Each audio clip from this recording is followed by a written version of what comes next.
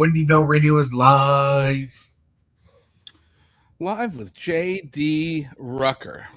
Today's the first official simulcast. It's my last official day and the first official simulcast between the J.D. Rucker show and Wendy Bell Radio. And the only reason we're doing it like this is so that we've got a lot to cover today. 30 greatest threats, and I don't want to feel pressure to buzz through all of them. And if time doesn't allow each one of these threats to be clear, they are all something that I could do an entire show on each one of them.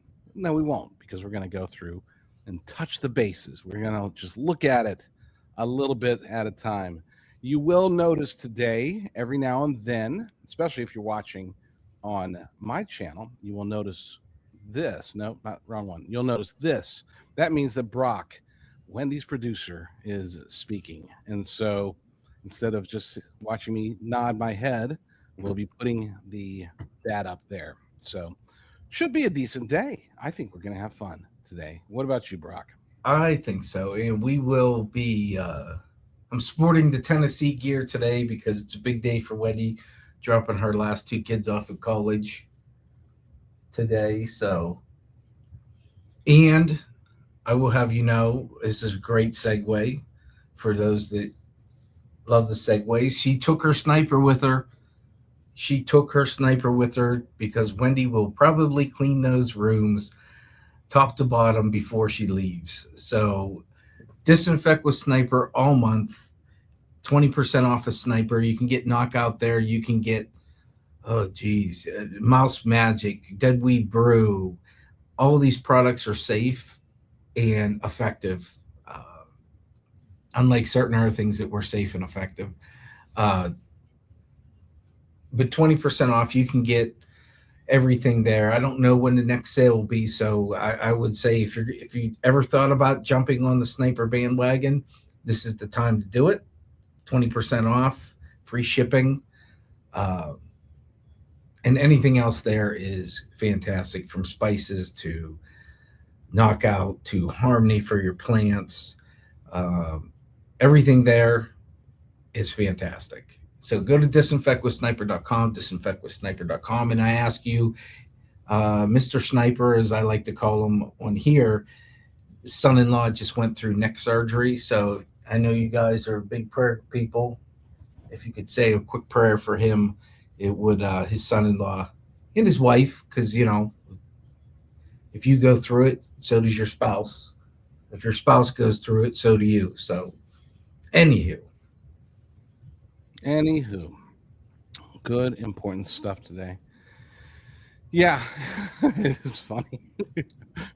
They're already on the simulcast side. They're already saying, "Why can't we hear Brock?" I want you to hear Brock. I would love to get Brock to do my show. It's funny because I've had many producers, and they've all been various degrees of suck. This isn't just me saying this in hopes that I get invited back. This is the absolute truth. Brock is, hands down, by far, the best producer that I've ever worked with. And I've worked with professionals. He is not a professional? No, you're a true professional. That's what I'm saying. I've worked. It's not like, you probably worked with some awful ones. I worked with one guy who currently works with NASCAR. Not kidding. He left, and now he's a NASCAR producer. So. Well, that's nice of you. And he was awful. Oh, wow. So the standard is low, is what you're telling me. No, I think my standard is high, and you meet it, and you're the only one that does. And again, I'm not just saying that. That's the legit, truthful statement. Brock is the man. Who here thinks he's trying not to get fired today? No, I don't care. It's my last day either way. Fired or unfired, I am Mr. Truth Teller today. When do we start? I always forget. I always look at the clock. It's like, are we supposed to start at 9:05? No, we start at 9:06, don't we? Yeah. So I'm probably running into radio as we speak, aren't I? No. And please don't forget, Monday, nothing changes but the time. There'll still be the podcast. There'll still be the stream. Just 25 more stations involved in the radio side. So please remember the new time change on Monday. Right on. I can see in the screen Brock doing Here some we go. stuff. So I'm going to shut up and let him do his thing. 5, 4, 3, 2, 1. Welcome to your daily dose of facts to fight off the liberal gaslighting. You can be in the middle of a hurricane. You have sanctuary in the city of Chicago. Or you can be on a calm day. North is still north. You could be in a thunderstorm. I am angry. We are not going back. Not ever. North is still north. People can yell at you. The hell with the Supreme Court.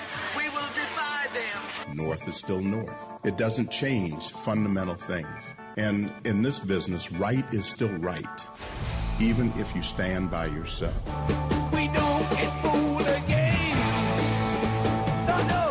Live across the fruited plain and from sea to shining sea, we're converting the Marxist left 1 hour at a time on the Wendy Bell radio program.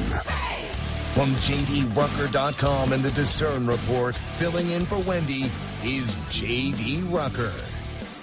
Hello, my friends. Hello, and welcome to the last day that I'm going to be guest hosting for the Wendy Bell radio program. Wendy returns next week at a new time. Don't forget, she starts off 2 hours earlier, as do I. My show, which airs directly after hers, is going to move back 2 hours as well. And Patriot TV, my other show, will also move back 2 hours.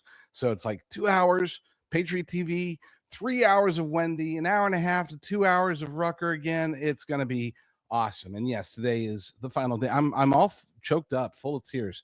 This is my emotional face.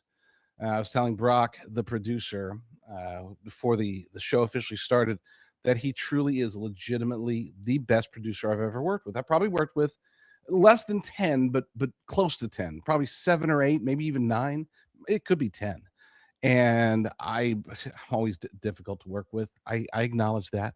Brock is able to handle me like a champ. He keeps me on target. He's always Johnny on the spot. He is absolutely amazing. And if you are one of my former producers and you're listening, sorry.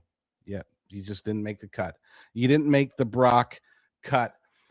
Today we are going to be talking about 30 things, 30 of the greatest threats, according to me, 30 of the things that I think are true, legitimate challenges to the United States of America. And I'll just cut to the chase. Number 1 is Candace Owens.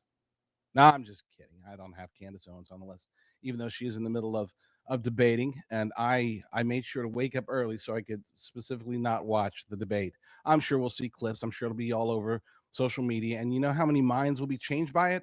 Let me see. 0. No minds will be changed. Those who are against Candace, against the whole concept that Charlie Kirk was killed by Israelis controlling Turning Point USA and using Erica Kirk as an assassin or something like that, those people will continue to believe that. And those who think that Candace is crazy will come out of this debate still thinking that Candace is crazy. So not excited about watching it today. I'm sure it's going to take down our Rumble numbers just a bit, and I'm okay with that because it's sort of like a car crash. Unfortunately, we say that we're not going to get involved. We say that we're not going to be that guy that watches, but if we're driving by one, everybody looks. 100% of us look, and that's a shame. But neither of those things are on my list of 30 greatest threats facing America. Let's get started because it's 30. So we are simulcasting on Wendy Bell Radio as well as the JD Rucker Show. This one, Wendy Bell Radio, will continue on for the next 3 hours, whereas the JD Rucker Show will continue on however long is necessary. We'll do a raid from here to finish it off over there if need be. If not, if I can get through all 30 in the first 3 hours, boom, then we'll talk about other things, which there are other things happening. Apparently, Luigi Mangione confesses to intent to shoot United Healthcare CEO Brian Thompson, and his attorneys have stated that he may be willing to change his plea. The the push right now is that I guess he doesn't want to die. I don't even know. I haven't paid much attention to it. That one is with the evidence there. There are no surprises really. We know what he did. We know why he did it. They're just trying to figure out what are the repercussions and where's he going to go to jail and for how long, assumably for life. But we'll keep track of that, I'm sure, next week. In the meantime, I've got this article over at my Substack, jdrucker.substack.com. jdrucker.substack.com. It is free, but you can always become a premium supporter, and that helps out me, my family, and the United States of America. All right, here we go. Counting down America's 30 greatest threats. Everyone will put these in different order, but most will agree that these are all real threats. And when I say everyone, I mean literally everybody. If you give people a random list of these 30 things, I would say that you will get 100% different. Like you're not going to get people saying the same exact 30 list. And some people say, no, these 2, 3, 5, those aren't really threats. And they might say, oh, here's 3, 5, 10 that are bigger threats. This is my list. It's my show, at least for the rest of the day until Brock fires me. So we're going with my list, and then you guys can critique it all you want. It may shock some people that America is faced with dozens of massive threats against us. Others will think that a list of 30 is way too small. Yeah, it's funny because I started off making the list. I was thinking I was going to make like a top 10 list, maybe 15, and I just couldn't stop. I could have gone way beyond 30. I just didn't, because just trying to keep it, make sure that I can get the show done today instead of having it extend into tomorrow. From dependence on hostile supply chains to the ongoing border crisis, from the rising occult to the fall of personal meaning, and from foreign wars to the transhumanist temptation, America and her people are bombarded with challenges every single day. Now, one thing to keep in mind, we're going to be talking about ideological threats, the ideology of those threats. I'm not going to say the biggest threat is the Democrats, or the biggest threat is the Islamists, or the biggest threat is, it's not going to be like that. It's the New World Order. No, we're going to be talking about the individual threats themselves. Instead of focusing on groups, we know that, for example, the Democrats contribute to a whole bunch of these. We know that Republicans contribute to a lot of these. We also know that the globalist elite cabal contributes to probably all of these. So we're not going to focus on the threats as being individuals or, oh, it's all Obama's fault. No. We're going to focus on the ideology behind each threat itself. So what better place to start in the top 30 list than with number 30? Educational capture. And it's funny because I was going through and I showed this list to someone and they're like, that's number 30? It's like, I hate to see what the other 29 is. It's like, yeah, exactly. We begin where most of the other problems on this list are actually manufactured. A lot of it starts right there, which makes it an ideal starting point. American K through 12 schools and universities have largely abandoned their mandate to transmit knowledge and instead operate as ideological formation centers. The evidence isn't hidden. It's published in teachers' training manuals, DEI frameworks, and curricula that treat activism as the purpose of education rather than as a possible byproduct of it. Test scores in reading and math continue to slide while administrative headcounts balloon. Parents discovered during the lockdown era exactly what was being taught, and the homeschool and classical education boom that followed was not a fad. It was a verdict. I mean, I had one of my kids my oldest went to public school for about 2.5 years. Otherwise, he was always either in private school or homeschooled. My second was her almost entirely homeschooled. My third, private schooled.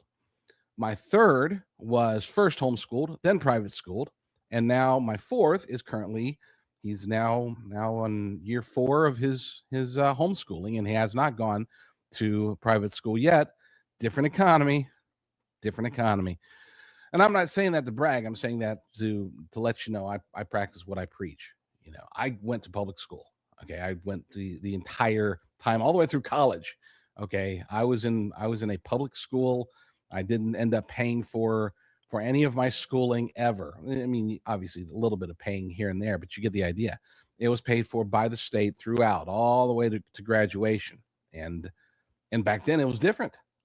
I can honestly say that back then, all those 100 years ago, that things were very much different. Tens of millions of children remain in the system. And a nation that lets its adversaries catechize its children should not be surprised by what those children grow up believing. And it's sad because they are believing these things. They are allowing, and then when I say they, I'm not just talking about the children. I'm talking about the teachers. I'm talking about the parents. They are allowing our kids to be infected. Some of them are participating actively in pushing those infections. There's a story, Teacher of the Year, and I just barely saw it this morning. I didn't have time to get the sound and to get it ready for the show. But it was a former Teacher of the Year. She was recently Teacher of the Year, I believe last year, in her school district. And she said that she was resigning. She was speaking to the school board. She said, "This is my resignation. I was pressured to change the grades for one particular student. The student has apparently a mother that berates teachers, that goes and throws fits in the office and goes on field trips and all this other stuff, and just a horrible person." And again, I don't know who the person is. I haven't seen video of this person. Can't confirm this, but this is a Teacher of the Year, young, and she was explaining that this is why she's quitting, because the school board, school leaders, I don't know if it's the school board or the principal or whoever, probably the principal, but she was pressured to change the grades for a student in order to, I guess, help that student along. Doesn't do that student any favors, of course. That student will grow up, as so many students are nowadays, grow up not being able to do what they're supposed to be able to do as a result of schooling. The results have changed. It's not just because of bad teaching. It's not just because it's definitely not because there's not enough money into education. I'm out here in California. I can tell you there's plenty of money in education. It's not the lack of money. It's the lack of direction. It's the lack of soul. It's you could look at a billion different directions of why this is a challenge, but because education is where everything starts for our nation, we can see where the rest of this starts to cascade like a domino. After the break, we will move on to number 29. We made it through the first one during the first segment. So praise God for that. We will speed it along and get through this list as best we can right here on the Wendy Bell radio program. And hopefully, just to be clear, I hope that Brock is truly legitimately Johnny on the spot and cutting me off at the appropriate time so that I am not on the air when these things are being said, spoken, whatever, such as right now. Like, he's not coming on there to say, "Hey, no, I got you covered. Nobody can hear you except on Rumble. We can hear you on Rumble. Can't hear you on radio." If you're out there and you can hear me on radio, I just want to say they can't hear you on the radio. It's wrong. He's awful. Oh, no, he's back. There he is. As soon as you say on the Wendy Bell radio show, I'm out. I trust you, brother. I know. I'm teasing. He really is. And again, I'm going to say this probably 5 more times today. He really legitimately is the best. Oh, please don't. I'm not just saying that, dude. I know, but there's no need to say it. Like, if you sucked, I just wouldn't say anything. If you were mediocre, I just wouldn't say anything.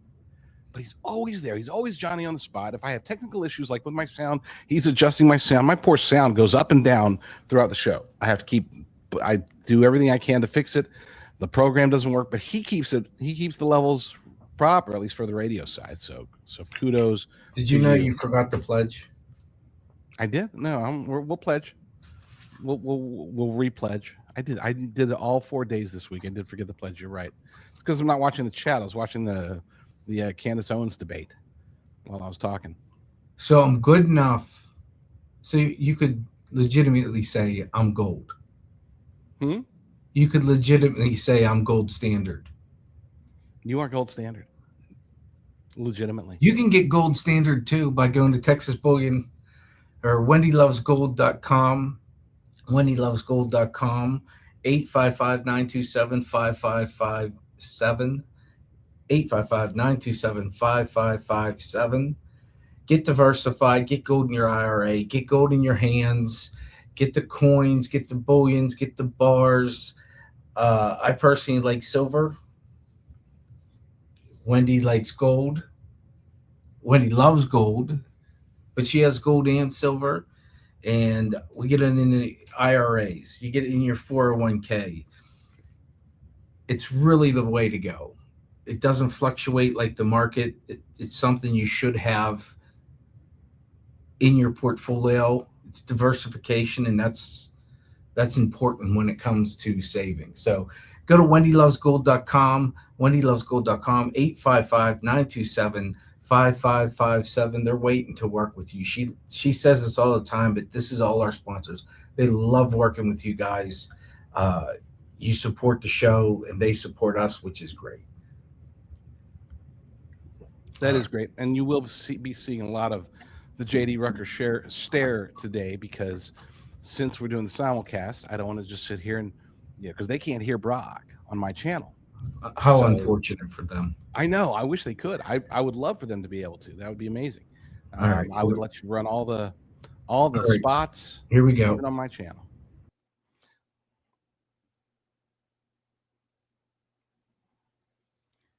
I was so excited about today's show that I did something. I made it through the entire week, remembering to do the Pledge of Allegiance, and I actually started today's show, day 5, and I started day 5, my final day, guest hosting for Wendy Bell, without saying the pledge. So we're going to correct that issue right now. I pledge allegiance to the flag of the United States of America and to the republic for which it stands, one nation, under God, indivisible, with liberty and justice for all. Amen. I'm going to start saying that on my show, unless I forget, which is always possible. So yeah, let's get it. We're going to keep the ball rolling. Number 29. Number 29. The greatest threats facing America today is dependency on a hostile supply chain, and not just one, multiple hostile supply chains. We are dependent, and we shouldn't be. We are the only nation in the world that has everything that we could possibly need in a pinch. If the rest of the world were to collapse, if somebody built a gigantic 300-foot wall around us and the Golden Dome, and nobody could get in, nobody could get out, the United States would last the longest, because we have everything that we need, including now rare earths, which was one of the big ones that was always a challenge for us in the past. Now we're starting to, the infrastructure is not there yet, but we have found the deposits, we found the places, we got the contracts rolling, everything's getting expedited. We might be able to wean ourselves off of the China teat sooner rather than later. The United States cannot currently produce or scale, and on its own soil, many of the things it cannot live without. Not because we don't have them, but because we've been allowing others to maintain a degree of control. The overwhelming majority of active pharmaceutical ingredients trace back to China and India. It's like 90%. Advanced semiconductors flow through a single island that Beijing openly intends to absorb, that being, of course, Taiwan. Rare earths processing, fertilizer inputs, transformer components for the electric grid. The list of critical dependencies reads like a hostage inventory. Reshoring efforts have begun, and credit where it's due, but a fab takes years to build, and a pharmaceutical supply chain takes even longer. Until then, every foreign policy decision we make is negotiated with a quiet gun on the table, and everyone in Washington knows whose hand is on. And again, it's mostly China. Now, praise God, it works in both directions. We have certain things that we have control over right now for today, that being the biggest one being the consumer. We have the consumers. We have the money. We have control. We have the military. We have a lot of things going for us that allow us to maintain certain amounts of leverage over every other nation on the planet, at least every other nation that has any leverage against us. There are certain nations where we have nothing on, and they have nothing on us, and that's fine. I would actually rather that be the case across the board. I don't want other people to depend on us any more than I want to depend on other people or other nations. I wish we had more universal sovereignty. Everybody is in it for themselves, and everybody takes care of their own people, and that's it. And then if there is certain degrees of trade, it's by choice and not by necessity. But of course, that could never happen, not in today's world. Number 28. We're going to get through this one quickly because this is an easy one. Biblical illiteracy amongst the quote-unquote self-identified Christians. Surveys from Lifeway, Barna, and the American Bible Society keep telling the same story with different numbers. Enormous percentages of professing Christians cannot articulate basic doctrine. They seldom open their Bibles outside of Sunday, and they hold beliefs about salvation, about the nature of Christ, about truth itself that the historic church would have recognized as heresy. And thank God, many of us are starting to recognize it as heresy as well. This matters for the nation because the church cannot discipline a country if it has not disciplined itself. A biblically illiterate Christianity becomes a mirror of the culture rather than a light to it, blown about by every wind of doctrine, precisely as Paul had warned. Many of the failures further up this countdown grow in the soil of this one. Without the Bible, without a clear understanding of the Bible, the church itself becomes neutered.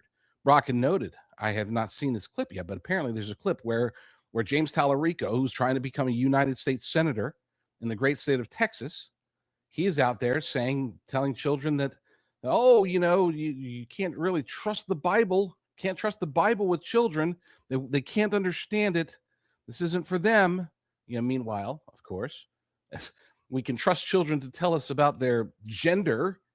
We can trust children to tell us if it's dumb.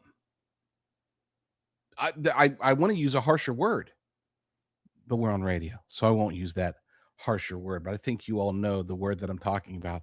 It is legitimately stupid how the church, which is supposed to be more than just I'm not just even talking about for Bible-believing Christians. I'm saying just in general, the church within communities, within cities, within states, within the entire nation should be, at the very minimum, a moral sounding board. It should be a place where people who understand doctrine, who understand the Bible, are able to express their perspectives, express what the Bible says about this, what the Bible says about that. Unfortunately, we can't even get many of us, not all of us, but many of us that are self-professing Christians have very little understanding of who Jesus Christ even was, who he is today, who he is right now, and his impact on the United States of America, his impact on the entire world. That impact is only going to grow, praise God for that, in the future. But in the meantime, we seem to be lost. After the break, we will get to number 27 right here on the Wendy Bell radio program. Testing Brock again. Did he get it? I think he got it. This time it's easier because on the bottom of the hour break, he's rock solid, Johnny on the spot. I've got a hard cutoff, and I meet it every day, except the one time when he had to cut me off. So hopefully he got all that squared away. Cruising along. I mean, we are cruising along. 2 segments. We've gotten through 3 of them, which means that we are on pace to get through, 2 segments. So we'll say that I can get 3 per 2 segments, and we have another 2, 4, 6, 8, 10. Yes, we are on pace to almost get through them all. And we will get through them all, by the way. I'm not going to leave anybody hanging. So not like, okay, well, we're going to end the show today. And now you guys are stuck, waiting on a cliffhanger for next week when we talk about the last 9. No, I will make it through all of them today. And if I have to expand on that, we will do so on the JD Rucker show. But Brock's back, so hopefully none of that went to radio, right? Your mic went down again. Again? Yeah. Son of a gun. How bad is it? It drops, but for the radio, it drops for them on the stream. But for the radio, I hate StreamYard. I know you want me to use StreamYard, but StreamYard is the only one that does it. Yeah. Yeah, it's your fault. I've never had it happen. Well, because you're there in the studio. You're running the board. Plus, no, I mean, I've never had it. Yeah, but I've never had it on StreamYard either. Well, anyway, You know, it's a good pick me up when your mic goes down. Bloodflow7.com. Bloodflow7.com/Wendy helps you get through the day, helps you not nap. It gives you more blood flow, gives more oxides to your blood, which opens up your arteries. It changes the way you sleep because you don't nap throughout the day. It helps Wendy pick up sticks. It helps Wendy work out. It helps Wendy do everything she needs to do without feeling tired and sluggish. So www.bloodflow7.com/Wendy. I use it too, and I never thought I'd use products like this, but they put people are putting products out there to keep you away from big pharma, to avoid the doctors, and I think that's what everybody wants, is to avoid the doctors. It's bloodflow7.com/Wendy. I think it's 30% off your first order. So check them out. See, sometimes it takes 2 days, 3 days, a week. I noticed the difference probably within 3 days of it. So bloodflow7.com/Wendy. It, we should probably give it to the people from Ireland Contracting, because their people would absolutely work on your roof and get it done in record time. They would not be tired. IrelandContracting.com, 877 or no 1-800-new-roof. 1-800-new-roof. IrelandContracting.com. Amish installers, they're hard workers, they're honest people. They did Wendy's roof, which is huge, with skylights in less than a week, and that was with rain. That's incredible to be able to throw on a roof that fast. And now Dan's doing outdoor lighting, and anything on your outdoor that has electric. Dan's gets back to you within a day, which is sometimes hard enough to get a person just to respond to you. You don't have to deal with AI and emails. He'll get back to you probably within a day. So 1-800-new-roof, IrelandContracting.com. Brock, they're wondering if that's a blue tick on your shirt. If it's a blue tick, no, it's. I told Wendy I would sport the Tennessee garb today because she's moving the twins into Tennessee. I told her I want to see a picture in her dorm room, because I'm not sure what a dorm room looks like anymore. I know when I was there, my dorms were cinder block. So hopefully they got something nicer than cinder block, but I don't know.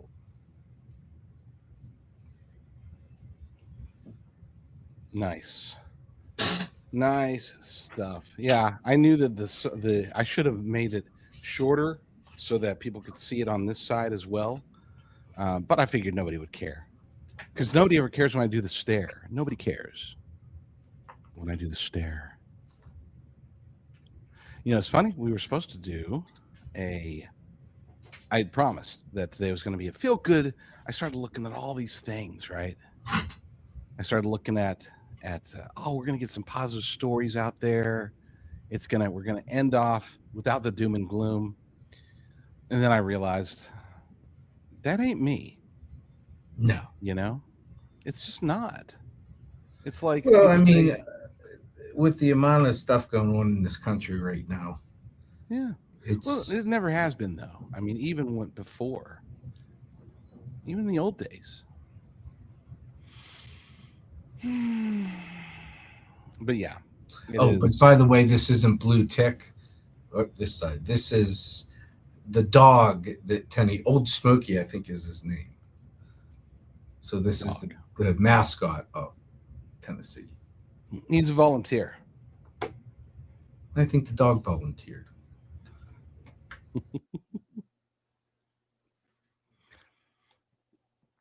I know yesterday during the show, I said that I was going to be super, super positive, that we were going to end my guest hosting of the Wendy Bell radio program on a high note. I was going to bring all these great stories out, but it was just off brand. That's not my style. We have challenges here in the United States of America, and I am a person who likes to address them. People used to say, no, I'm not going to say what they used to say about me. We'll say that off the radio. But let's get back into the list in the meantime. Number 27, soft persecution is being normalized. And by soft persecution, we know what real persecution is. We might not have experienced it. Hopefully, Lord willing, none of you have experienced true persecution. Not the type that we call persecution here in the United States of America, the type of persecution that they're experiencing in Nigeria, the type of persecution they're experiencing in Iran, in parts of China, in parts of North Korea. That's persecution. What we experience is soft, but that doesn't make it any less of a challenge. And if anything, it does dissuade us as Americans from being able to do the things that we would want to do. Nobody is being fed to lions, and we should be careful with our language, but a quieter machinery has been assembled and tested. Debanking of disfavored ministries and businesses, professional licensing boards weaponized against believers and conservatives who decline to affirm the sexual orthodoxy of the moment, foster and adoption agencies forced out of operation, parents flagged for objecting at school board meetings. Each case arrives with a plausible bureaucratic justification, which is exactly what makes the pattern effective. It is deniable at every individual point, while unmistakable on aggregate. The lesson being taught to Orthodox Christians and patriotic conservatives is simple. You may believe whatever you like, so long as it never leaves your skull. That is not liberty. That is a probationary permit. And unfortunately, we've seen it in live and in living color.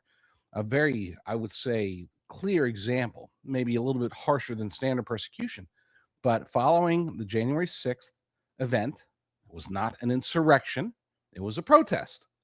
And following that protest, the silencing of conservatives, the self-silencing, was disturbing. There was a tremendous event, a huge event that took place 2 or 3, maybe 4 months later.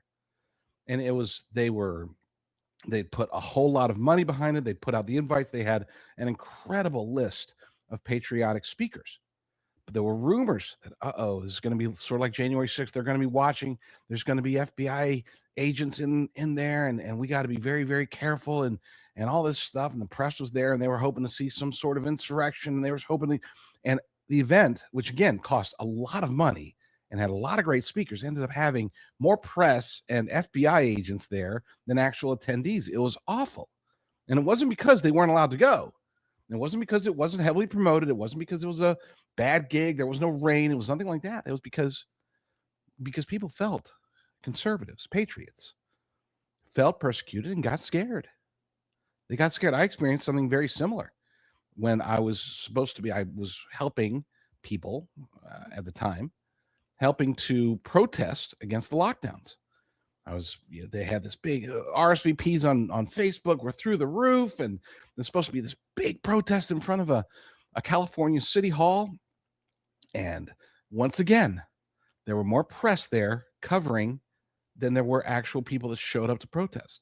Now, things have gotten different. I think we're more open to it, but that type of persecution, that type of self-censorship, of maybe not going to the school board meeting, maybe not speaking our mind, it is still a problem. Is it getting better? You betcha. It has gotten better over the last 6 years. And I would argue that the last couple of years, it's been fantastic. Even before the election, we really did start to come out of our shell. But unfortunately, we were put in the shell in the first place. And that part really, really sucked. Number 26, federal usurpation of state and local authority. This goes back through history. We can look at what happened following the Civil War. We can look at what happened through FDR. We can look at what happened through both George W. Bush as well as Barack Obama. We can look at definitely what happened during the last 4 years during the Biden administration. Federalization of the nation was never intended by the founders. We are supposed to be a constitutional republic with the vast majority of powers falling to the states, cities, and most importantly, the individual. We've flipped that script, and I'll explain why here in a second. But according to the article, founders built a system in which the federal government handled a short, enumerated list of responsibilities, and everything else lived closer to the people. The architecture has been inverted. Federal agencies now regulate the water in your backyard, the curriculum in your school districts, and the appliances in your kitchen. while strings attached federal money makes governors and mayors into franchisees of Washington. Subsidiarity, the old and deeply biblical principle that problems should be solved by the smallest competent authority, has been abandoned. The result is a nation where elections for president feel apocalyptic because we have allowed one office to matter far more than it was ever designed to matter. And I had noted during yesterday's show that the most important elections, the most important offices that you should be paying the closest attention to are the ones that are close by. These people have the most direct input over your lives, even as statism rises, even as the federal government continues to accumulate power, even as cities abdicate, people, individuals abdicate. Of course, counties and states continue to abdicate to the federal government. We still today have get more of a direct impact from your local sheriff than from Kash Patel. We still have more of a direct impact on our finances, on everything that's happening based upon what happens at our school boards rather than the Department of Education. Okay. And it should be dwindling less and less and less. Unfortunately, it's getting stronger. Now, President Trump has done what he can. He really has. He has made attempts to dissolve as much as possible the bureaucratic state, to reduce the regulations that are coming out of DC, and to even participate sometimes in giving back rights to states, especially even land in the West. But then on the other hand, he has, in his administration, has gotten involved and continues to get involved in things that the federal government shouldn't. It's part of his populist perspective. A conservative, purely conservative perspective would say that he would not get involved at all in, for example, with what they're doing in Massachusetts, the mayhem with the both the recently signed abortion bill, as well as they're pushing right now to have this, it's like Muslim board of whatever in the government.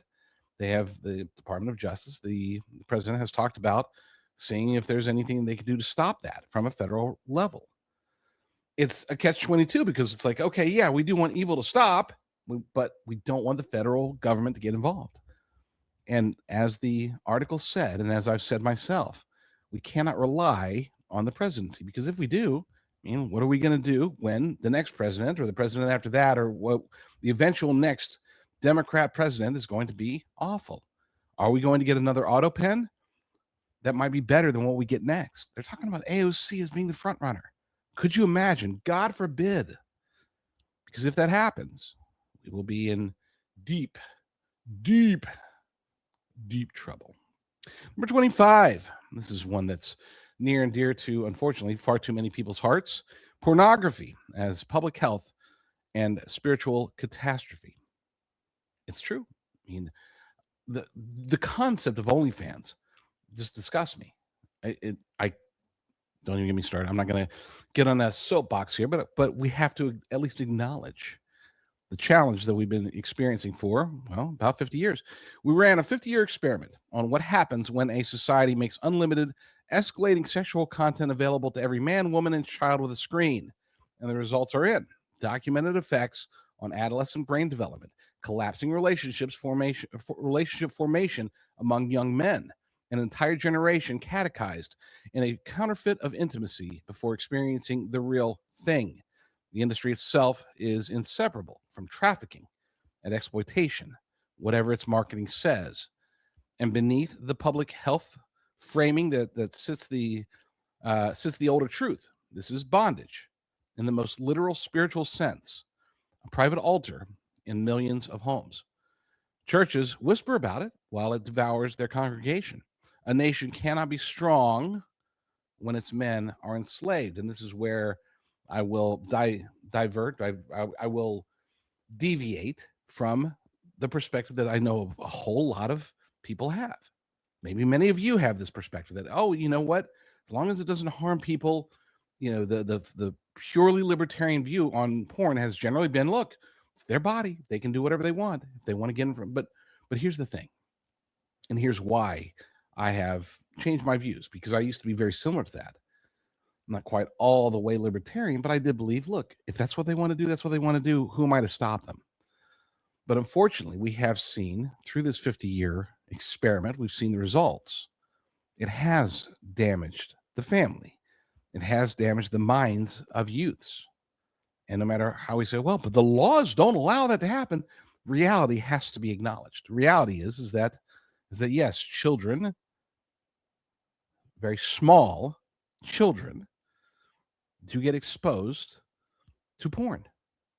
And yes, men, and oftentimes women as well, can get addicted to the point that it has a very direct and adverse impact on their relationships.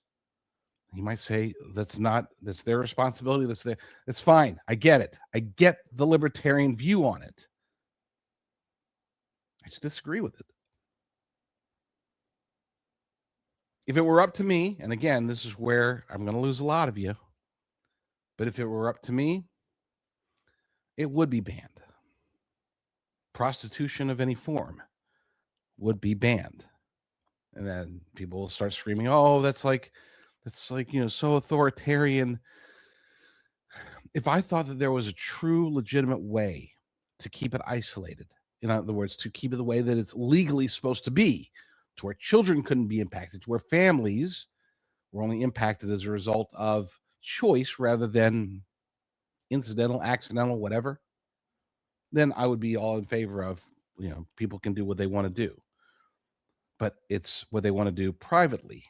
And if it does have an impact, as it does in American society, then we should have that debate. A lot of people won't have that one on their list, but it definitely made mine. When we get back to the Wendy Bell radio program, I will be talking about number 24, which is actually quite an important one. So stay tuned. We will be right back.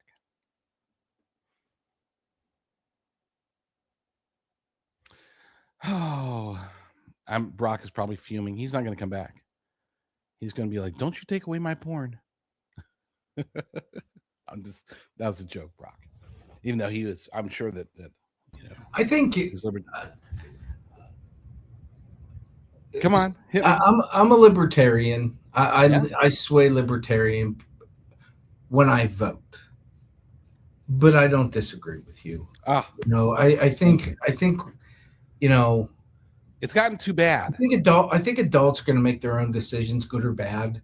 But I think when kids are exposed to it, I think that changes everything. And I think the more you can shelter kids till they can make good, logical decisions, I'm all behind. I'm all behind. The median age of the first time a girl in America sees a penis is 11. Wait, whoa. Say that again. The median age when an American girl sees a penis online is 11. Yeah, how's that? See, to me, how's that happen? And I get times have changed. When I was a kid, if you find a Playboy, and it just wasn't in my house, so like,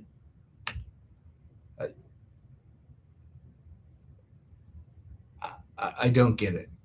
I don't understand it. Like the sexualization of kids, and that's from, the trafficking to the porn to everything else. Like, I mean, kids can't, they don't understand what it is. Like,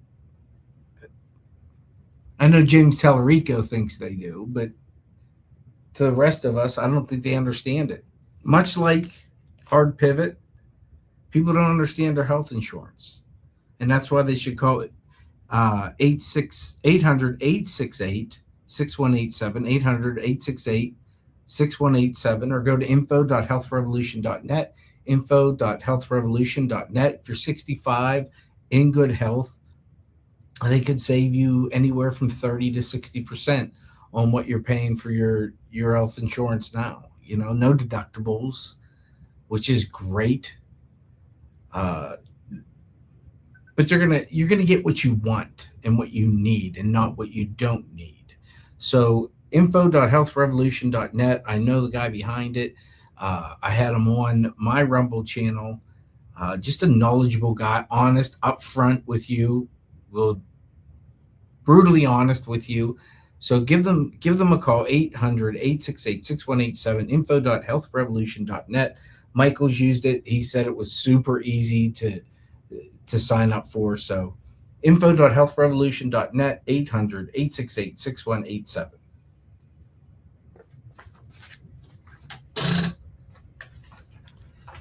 Quick note, prayers for Widowy, who has a brother in the hospital. Who? Widowy. Oh, okay. So I am monitoring the chat, and I'm glad that it seems as if most people do agree with the perspective. I really was expecting this to be one where Brock gets on there and says, dude, if they want to do it, they want to do it. You're responsible for protecting your own children, and he wouldn't be wrong. That's where I stand. We're the parent. I say this a lot. You need a fishing license to fish, but not to be a parent. Like it. Well, I don't want any licenses at all to do anything. But that makes me I agree with kind of that a libertarian too. Fishing license, really? That's the dumbest thing. Sorry. Isn't it? I should be able to catch as many fish as I want. Exactly. Here we go.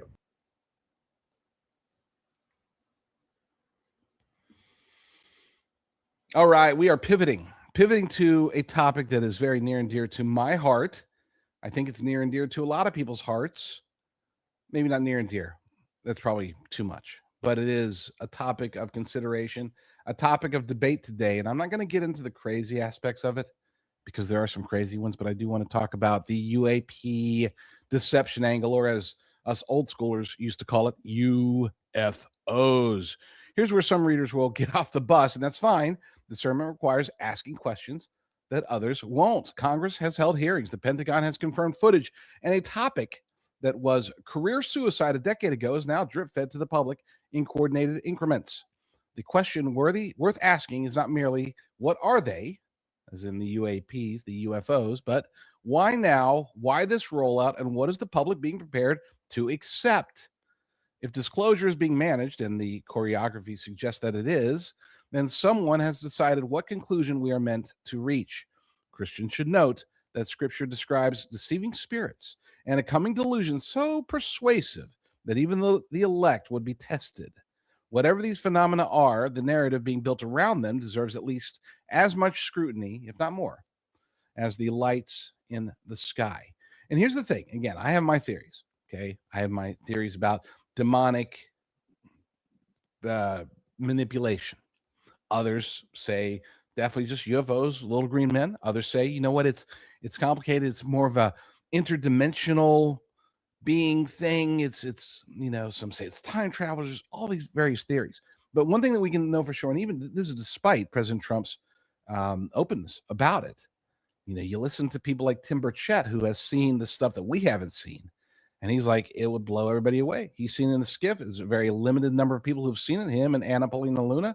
And anybody who has seen the footage that we have not been made privy to, they are freaking out. And I try, look, if it was other people in Congress, I might be like, oh, they're part of the PSYOP. I can't picture, and if he is, I'll take it on the chin on this one. Okay. But I cannot picture Tim Burchett, especially, but also Anna Paulina Luna misleading us intentionally. They've seen some stuff. They've seen things, and it's freaking them out. So I think, to be fair, I've said it before, I'll say it again. My wife and I did witness UFOs in Arizona about 15 or 20 years ago. It's been a while, but we saw them. This is before we had high quality cameras. We tried to get them on our flip phones, couldn't get them. But I mean, we were there. It was in Arizona. It was in Phoenix. It wasn't the famous Phoenix lights, but it was in Phoenix. We saw these lights. They were clearly moving weird. They weren't moving together. It wasn't like one single craft with three lights. It was definitely three distinct lights in the age before drones, moving very weird. We could see them very clearly. It was like 1 a.m. We actually pulled over. Other people pulled over. Okay, we're on the highway. We pulled over to see what the heck is that. And it was freaking us out, freaking a lot of people out. Some of them were moving fast. There's 3 of them. They're moving fast, moving slow, circling each other, not circling each other.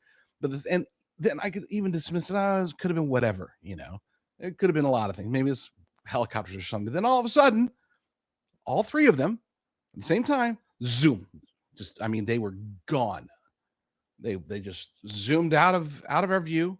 We watched. It was like, whoa! Did you see that? And then about 5 or 6 seconds later, you hear what I could only assume, it was dark, obviously, so we can only hear them. But what I believe to be F-16s flying from the opposite direction, heading towards them.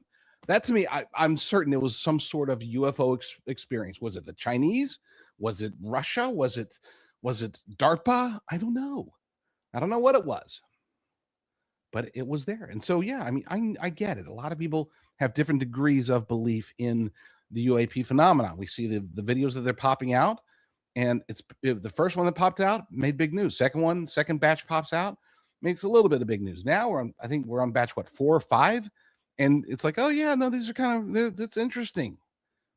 Nobody's really paying attention. So despite President Trump doing what he could to expand on the transparency on this particular topic, I don't think we're going to get answers. As noted in the article, I think that the answers that we're going to get, either my theory is true and this is going to be part of the great deception talked about in Bible prophecy, or other people's theories are going to be true, that this is a slow rollout to prepare us for some sort of alien contact. I watched the movie Disclosure and did a review of that. Awful movies, it turned out. Very disappointed in Steven Spielberg, but it was also, misleading. It seems like we're just being herded in a direction when it comes to UAPs. Now you might think, well, how's that a threat?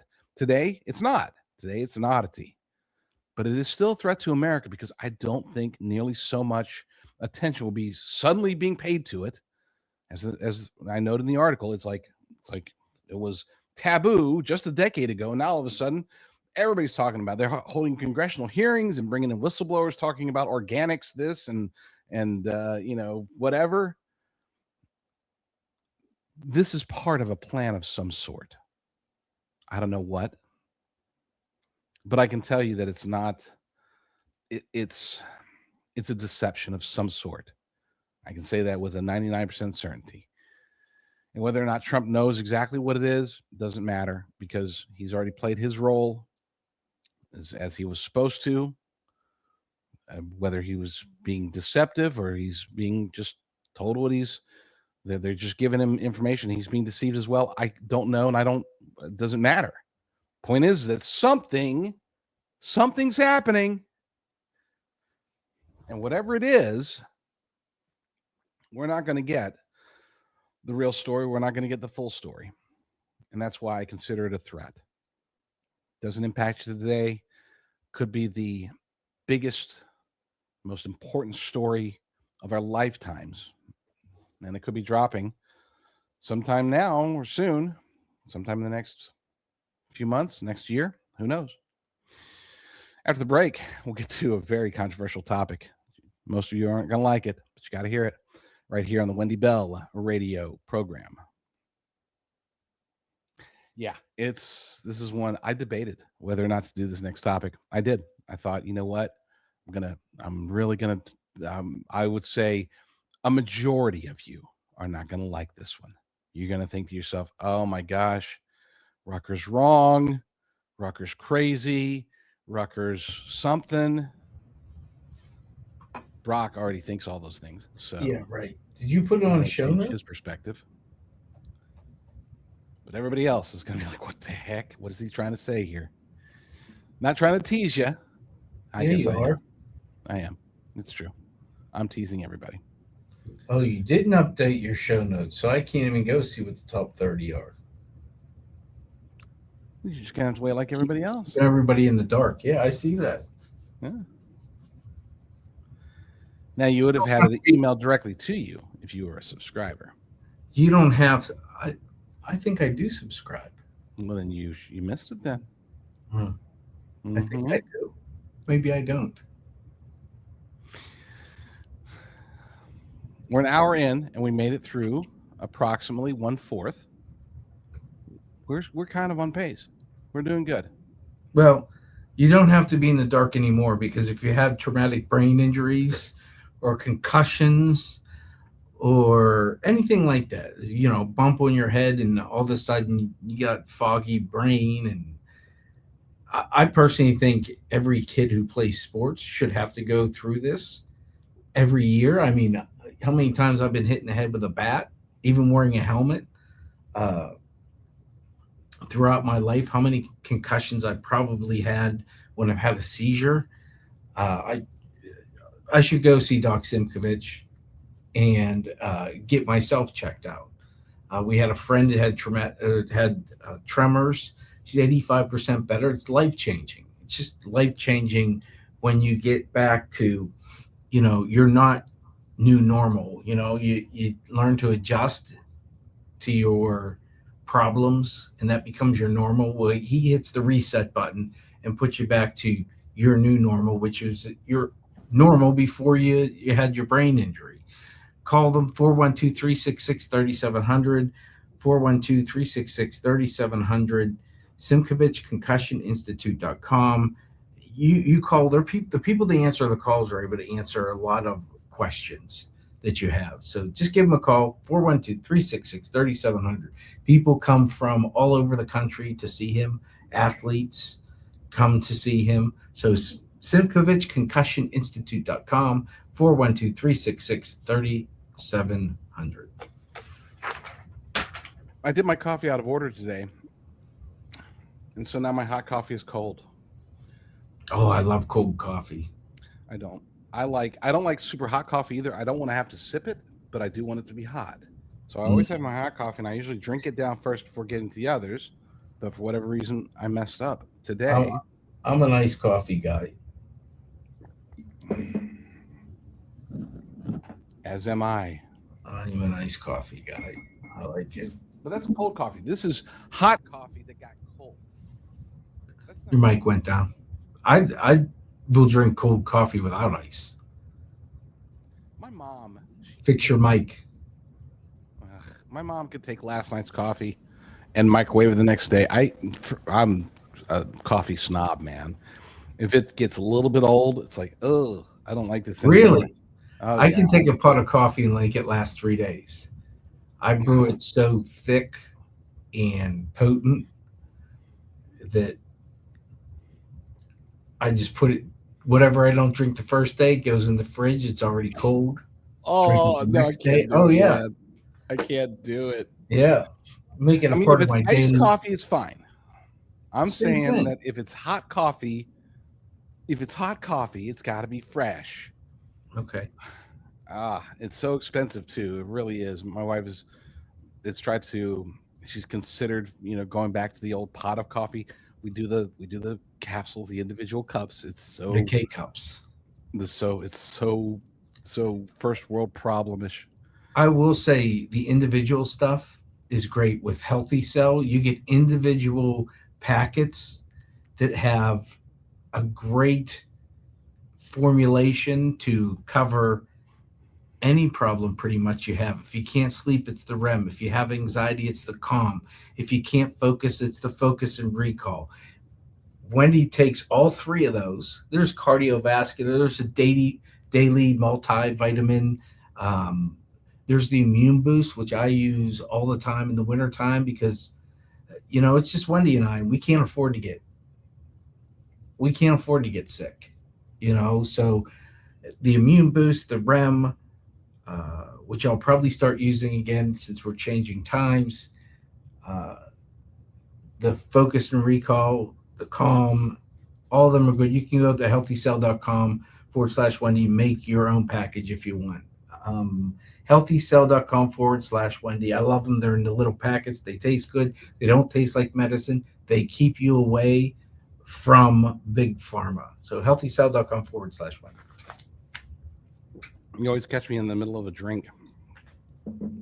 You're rolling, and all of a sudden you spit out the. See, like I'm trying to get, gotta pay the bills. Oh no! What I mean is, it's like you're in a roll, and then all of a sudden, and then you speed through the last 3 seconds in 1 second, and I'm like, oh my gosh, come back on the screen. Do I have time? Yeah, real quick for those who don't know. 40 seconds. 40. I could do this. I could do this in 22 seconds. One note. I could even just look at my watch. Anyway, so for those who are watching on the JD Rucker Show's page, this is simulcast with Wendy Bell, and so Wendy Bell's show we have radio breaks, and sometimes Brock speaks. I would love to put Brock on my channel.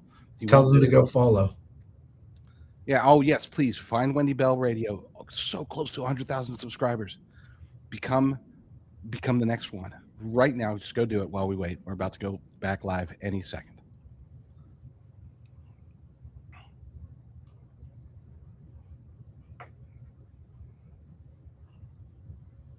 All right. 3, 2, 1. Any second. 5,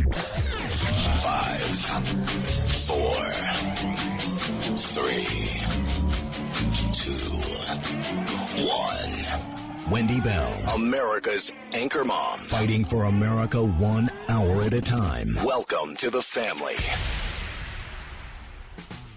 If you don't use your newfound power, it simply evaporates. It degrades. What's the point? It doesn't grow because nobody becomes afraid of you because you're not using your power.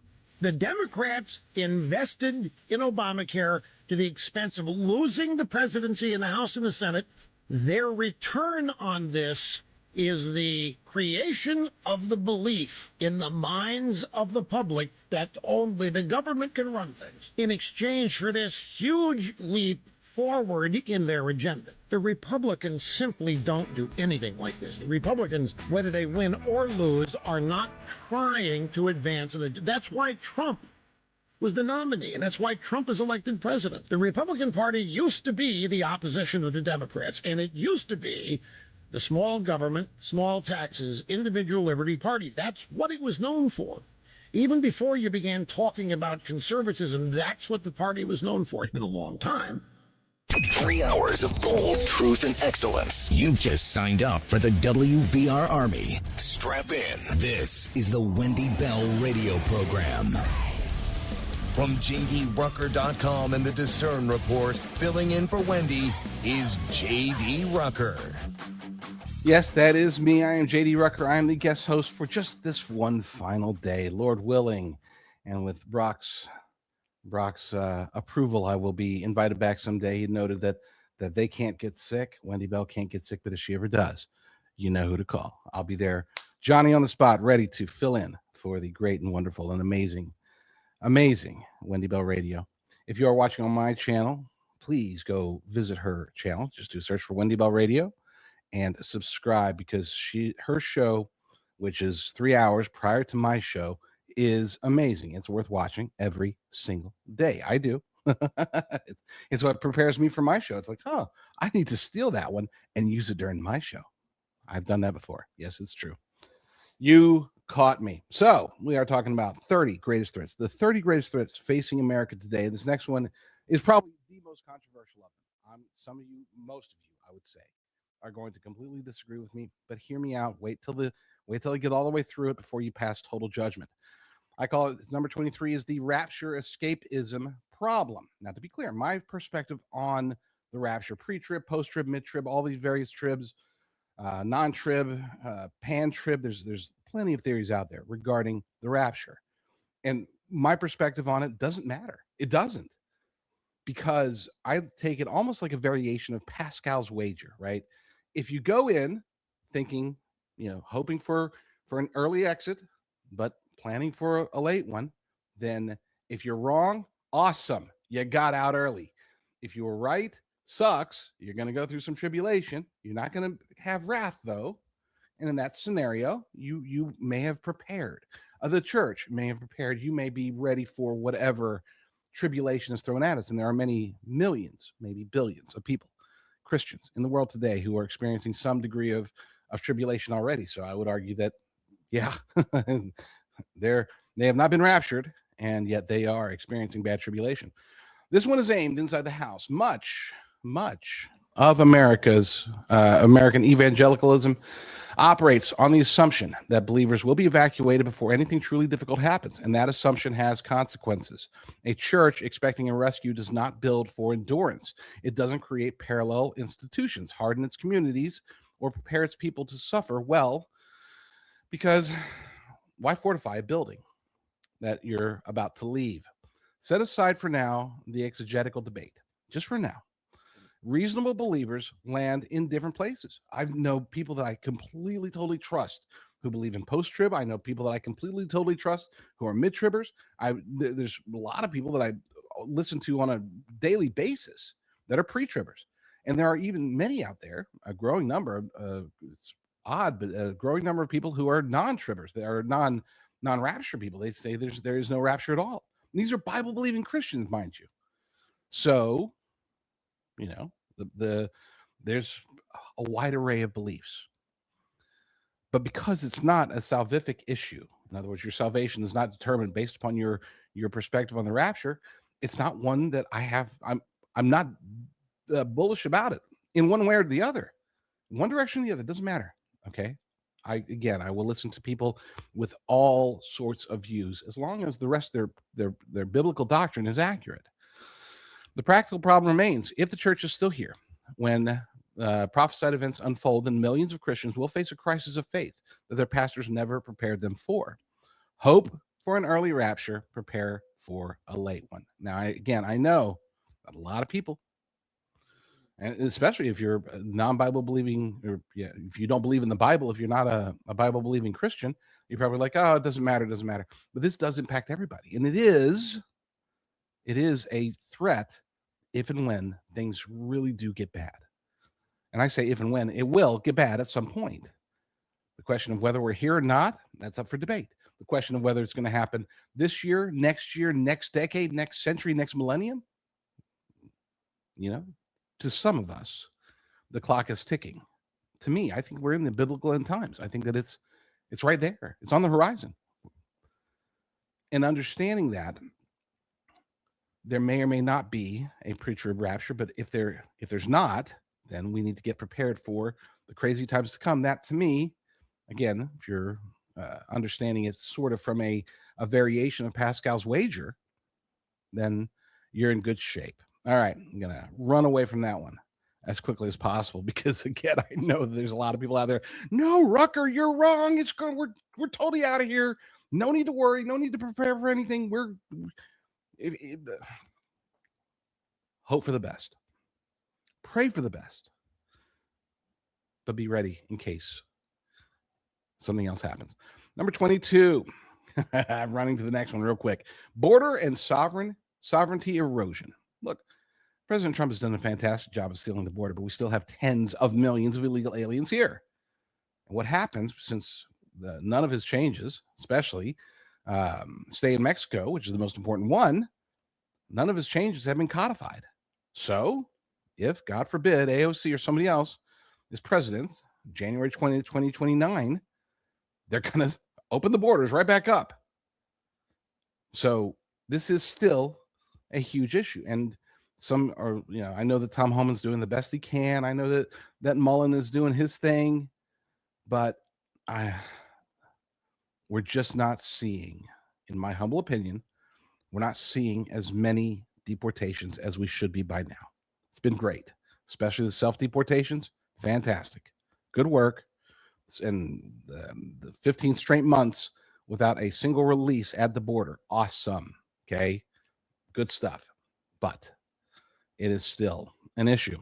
The border crisis is usually argued in terms of numbers: encounters, gotaways, fentanyl seizures, and those numbers matter. But beneath them sits a more fundamental question that our ruling class refuses to answer directly. Do nations have the right to remain nations? Sounds like a simple question. You'd think that people would be asking the question. You'd think that our leaders would be answering it, but the vast majority of them are not. A country that cannot decide who enters it is not a country in any meaningful sense. It is a territory with amenities. We saw that in Ceuta just last week, 2 weeks ago. Last week, 2 weeks ago. I think it was last week, right? Yeah. We saw that, they're still experiencing, but he's like, oh, the crisis is over. No, it's not. Not according to the people in Ceuta. They're definitely not. I mean, there was horrific stories that came out just last night about what is still happening there. Enforcement has improved dramatically under the current administration, and that should be acknowledged plainly. But the deeper wound is ideological. An entire generation of leaders in politics, media, and even the church was taught that borders are morally embarrassing. You keep hearing that from people like James Tallarico, from I forgot the guy's name in Kansas, the nominee in Kansas. Was it Kansas or Nebraska? I forget. But yeah, I mean, even evangelical leaders, Catholic leaders, a lot of them are pushing for an open borders of a nicer version of illegal immigration, which to me, there's legal immigration and then there's illegal immigration. I am, technically speaking, a legal immigrant. My dad was in the Air Force, met my mom, brought us over. Technically speaking, I still can run for president. I am still a natural born citizen because my father was an American citizen in the Air Force at the time. But with that said, I'm also, technically speaking, an immigrant. I was not born in the United States of America. I was born to a non-American citizen. Now, I don't have dual citizenship. This is all I've known. This is who I am. But that doesn't change the fact that through legal immigration, I am here. And I am a big fan of legal immigration. I just want it to be, number one, I want it to be limited. Number two, I want it to be merit-based. And number three, it can only work at all if there is zero illegal immigration. That is possible, believe it or not. Build the wall, keep the codify, remain in Mexico, do the things that are necessary to protect our borders, because just 4 years of Trump is not going to be enough to fix the problem. We need to fundamentally change the way that the immigration system works. We need to fundamentally change and codify the things that will prevent the open borders that we had for 4 years. It just took 4 years of open borders to almost destroy this nation. Don't even get me started with a President AOC or a President Gavin Newsom or a President J.B. Pritzker or Gretchen Whitmer or any of them. God forbid a President Kamala. Jeez. Yeah, so until that idea is fully defeated, the idea of kinder immigration, not just outvoted, but fully defeated permanently, then every enforcement gain is one election away from reversal. And this is where I go back to, and I'll talk more about it here in a minute, but this is where I go back to the feckless GOP. Everything that we're seeing, all of the advances that we're seeing in our border policy are coming through President Trump. We're not seeing anything, not even on the table, really, coming from Capitol Hill, where Republicans control the House and the Senate. We always talk about, I've talked about it many times, how the Save America Act is important enough for us to get rid of the filibuster. Codifying border security is just as important. Some would argue it's more important. If there was a reason to get rid of the filibuster immediately, that would be either 1 or 2 or 1A or 1B or whatever, because we've done nothing. One president is all it takes to reverse the direction that we've the gains that we've made. When we return, we will still be talking about government. Number 21 is coming up right here on the Wendy Bell radio program. All right. In the chat on Wendy Bell's side, please, if you, I'm sure there are perspectives about that one. Hit me with any questions you have, any insults you want to throw at me. Okay. Just throw them at me at FFN.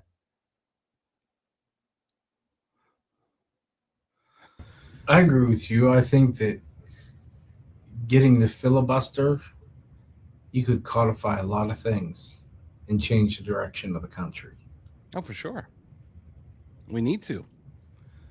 The filibuster, people talk about, well, it's just a tradition. That's all it is. It's not in the Constitution. It's been reneged on before. And I think that with enough pressure from Thune, he could get it done. So just waiting. Feckless. It's one of my favorite words it's probably my favorite word when talking about Capitol Hill Republicans. John Thune. And John Thune's the exact same as Tom Cotton. Anybody standing behind him. Go into a read. The way that you said it was the perfect. John Thune is a lot like having too big of a butt. And let me explain to you. Okay. Well, sorry. John Thune, if you want me to make the segue to the next one, is there's people out there like Jerry Nadler. He could use more Gaines Fitness, right? Like he could use the body composition. He could use the workout regime that he can get by going to moregainsfitness.com and getting on the program and having Kelly walk him through what he needs to do. She can do it for you too. You don't have to be a slob in Congress. You can be just you and find out what you need to do to lose weight, to get back into shape, to be able to play with your grandkids or play with your kids or play like me, play baseball when you're overaged and out of shape. So go to moregainsfitness.com, Ignite 90. I don't have to show you the pictures anymore. You've seen the results that she gets from some of the people who put in the time, put in the dedication, and listen to Kelly. So moregainsfitness.com, check out the 90 Ignite program and see if she can change your life. I think we could all use our lives changed. And Nadler's on his way out, so there's that. Yeah. Well, he'll have time to check out moregainsfitness.com now. Not like he's been doing anything for the last 20 years anyways, but he got his stomach stapled. He's crapped himself on national TV. Yes, he has. Yes, he has. That's while sleeping sometimes. Yes. And he's waddled off. Jerry Nadler. I'm going to miss him. I really am going to miss him. You know who miss Mitch McConnell. And I hope he's gone soon. I hope he's in jail. Is Adam Schiff and Ted Schiff? You know, Ted, what is it with California? You guys need to get your together. We're not going to get anything together because it's California. That's what sucks. Adam Schiff and Ted Lieu. Ted Lieu could. He's not the most dangerous, but he could be the dumbest with what he says. Oh, I think there's some competition. There's competition. There's no doubt there's competition. Ted Lieu he's a special kind of stupid. Yeah.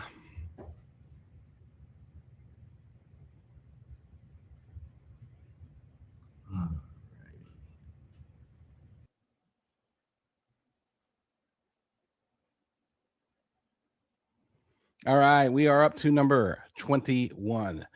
Moving right along, cooking through them. These are good stuff. Good points to make. Number 21, weaponization of government. The machinery built to protect Americans has been repeatedly aimed at them, at us, at you, at me, at far too many of us. We have watched lawfare deployed against political opponents, federal agencies coordinating with tech platforms to throttle disfavored speech, parents and pro-life activists visited by armed agents over misdemeanors, and a surveillance apparatus that treats the Fourth Amendment as a suggestion. Some of this has been exposed and some of it curtailed, but exposure is not the same as dismantlement. The censorship industrial complex didn't repent, it rebranded. The danger here is not only what was done, but what was normalized, because precedents, once set, wait patiently for the next administrations willing to use them. A government that will do this to some of its citizens has announced that it is willing to do it to all of them. And don't even get me started on the whole flock cameras. Flock cameras to me aren't just about surveillance. Flock cameras to me it's the framework upon which a dystopian government, a future tyrannical government, near future, I'm not talking decades here, okay? A very near future tyrannical government could utilize flock cameras, AI, and all that stuff, ring cameras, all the cameras, and turn us into a worse variation of what China has already become. Those who are aware of China's dystopian nature, you're probably scared of that. You should be, because the infrastructure for that is already being built. And unfortunately, nobody, not even Republicans, are really pushing back against it, really trying to stop it. Sure, they'll do the populist version of it, but where's the action? So far, the only thing that's happened to Flock, by the way, has been self-imposed. Yes, some cities have canceled, but those cities will be right back as soon as Flock says, oh, no, we got it fixed. Oh, okay, well, come on back. You wait and see. Mark my words. Number 20, historical amnesia and manufactured self-hatred. Every civilization, transmits a story about itself, and for a generation, America's institutions have transmitted a story of unbroken villainy. Not honest reckoning. Honest reckoning is healthy and biblical, but a curated indictment in which the founding is reduced to its sins, and its achievements are treated as accidents or theft. The result is measured. Record low percentages of young Americans say they are proud of this country or would defend it. That is not organic disillusionment. It is the intended output of an education and cultural pipeline. A nation taught to despise its founding cannot defend itself, will not sacrifice for it, and will not pass it on. You do not need to invade a country whose children has been persuaded to it deserves to fall. And here, look, we're talking, I'll go ahead and say it. What happened in the Smithsonian, what's happening in our schools, what people that are listening to Hassan Piker or Nick Fuentes or people on the left and on the right, where you have all this, it's, we're bad. We're so awful. We don't deserve this. Tucker Carlson's been on a roll lately talking about how bad things are and basically promoting Hunter Biden to be something other than in jail, which is the only place that I believe Hunter Biden belongs. I don't understand it. I don't. Why the hatred for America? Hassan Piker says we deserved 9/11. He since said that the language was wrong, but the sentiment was right. That doesn't change the fact that he still thinks that we deserved 9/11. And those are the extreme cases. What about the smaller cases? What about just, teaching? I encourage you all today, not after the shows, not now, but after the shows, do some research into, for example, the slaughtering of Native Americans. Look, I have family members that are Native Americans, but the way that history has been told, and even back in my day, it took me years to realize that there are two sides to that particular story, but you wouldn't know it, not based upon what education teaches us, what Nova documentaries or PBS tell us. And that's a minor. I shouldn't even have brought that one up. It's so minor compared to all the rest of the garbage that we're being taught in order to make us hate ourselves. Children are taught in schools today to basically hate America, that we are empire, that we are evil. I'm not saying that it's all rosy and we have a perfect history and a perfect record. I'm not saying that at all. We've had challenges, of course. Every nation has. But to say that we're the most evil is just objectively wrong. Our nation has given more to the world than any nation in history. Our nation has done more to protect and advance freedom than any nation in history. We have built prosperity for our people, and you can find this whenever you hear about people. I'm leaving. I'm going to Norway. There's a person that's trying to get back, doing a GoFundMe because he's like, I came out to Norway, this utopia, and my gosh, I think I'm going to be killed. I got to get back to California as quick as possible. It's a joke, but it's just not funny. After the break, we'll get to number 19, a good one, right here on the Wendy Bell radio program.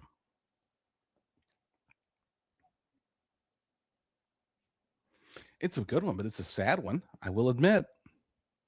Of all the ones I have seen, I haven't had personal experience with it, but I have personal experience with people who have had personal experience with it, and it's not good. I mean, it's a scary one. Gosh, 19. So what are we? We're halfway there. I made it through 11, so I'm gonna have to. And literally, we're halfway through the show. We are literally halfway through the show, and I am barely over a third of the way through the list, which is fine. Again, if I don't make it all the way through, we will continue it on my show. I'm going to keep my show going. What number are we hitting next? We're about to hit number 19. So technically speaking, you're a little behind. Huh? Yeah, that'll be. We'll have 18 left after the next one. I'm going to buzz through. I'm going to try to do 2 per segment, and we've got 6 segments left, which will get me to 12. Don't forget those segments at the top and bottom are shorter. Yeah. I can speed through them. It's okay. We're going to get through it all. Okay. Like I said, I'm not going to leave anybody hanging, even if, at the end, I got to go through and just list the others out. I will. And then, again, just stay. Demanda will raid into my show from here, and then I'll just keep going and finish it off. And I won't try to stretch it out. I would like to get to my working weekend as quickly as possible, so we won't go hours and hours into the JD Rucker show either. Be sure to give thumbs up Yesterday we did make it finally over 1,000. Praise God for that. I'd like to get to 1,000 before the end of the show this time. And if you are watching, regardless of which show you're watching on right now, click the subscribe button and then go to the other show. If you're watching, You don't JD have to Rucker subscribe. Just hit the follow button. Is it follow? Okay, whatever. Yeah, it's follow. Hit the follow button. If you can subscribe to, that's great. But hit the follow button, and then go to the other version of the show. We're simulcast on the Wendy Bell radio program as well as on the JD Rucker show. Subscribe to both, and everybody's going to be happy. And right. This is the only time where both shows will ever run at the same time. Did that leave you enough time for a clip, or for a? I'm done. Did you make it through all the sponsors? Yeah. Nice. I can still work them in the conversation, but yeah. Say again? I could still work them in on the conversation, but yeah. A lot of people don't want to advertise when Wendy's not here, and I get it. But you got to pay the bills, brother. Our hardcore sponsors, right? You know, they're fine with me doing the reads. As they should be. You do your sponsorships very well. Segue properly, and you do them justice. I don't know how the More Gains Fitness Fund was talking about Jerry Nadler being a fat slob. Well, he is a fat slob. I thought it was a great segue. But he did get his stomach stapled, so there's that. Oh, goodness. My foot. Okay. There we go. Okay. Yeah, I was going to go ahead and do number 19, but I will wait for the radio audience. That's fine. It's okay if we don't make it all the way through, because, again, you can always find this. You can subscribe to me over at jdrucker.substack.com. That would be good. We'll like that. Let's see, how are we doing? I think Wendy subscribes. Say again? I think, does Wendy subscribe? Because she's always saying that you're her favorite writer, which is a huge, huge compliment. That is. Because she criticizes everybody. But I've never heard her criticize you. And I talk to this woman for 6 hours a day. Well, it does make me more ambitious. Brock what will Brock do this weekend? Grill out. Go have a cigar. Meeting a friend of mine at Capnos and Cranberry, or Seven Fields, whatever it is now. It's always been Cranberry to me, but going to Capnos, having a cigar, going to the event next week. So if you have to buy a ticket, if you hadn't, and you want to have bourbon tastings and cigars and some good food, Capnos, Kapnos. I love the place. He has good cigars, and it's a clean place, which is nice. I don't come out smelling like smoke, which makes my wife happy. I told you over there, Magellan. Magellan's like, I was watching on JD's channel and there was nobody there. It's like, I told you. I put in the chat, come over to the Wendy Bell. That's where all the chat's happening. That's where all the people are. The only reason we're doing it over, the only reason we're having the simulcast is because I did one solid piece, and I didn't want to, several reasons. Number one, I did want one solid piece that had all 30, and I didn't want to be constrained to just the 3 hours. Number two, I wanted the opportunity to return the favor and try to. Yeah, we're under 700. Your mic drop.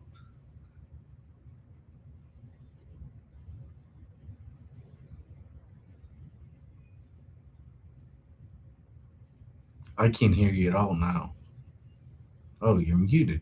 Unmute yourself. You somehow muted yourself. Huh. This isn't good. I can't hear you at all. Talk. I still can't hear you, son of a... I can't hear you. No. Can you jump out and jump back in?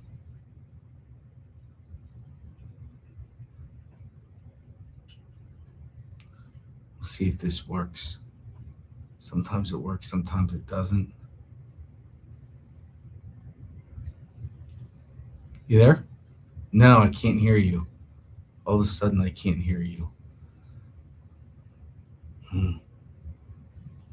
What? I got to figure this out, JD. Why can't I hear you?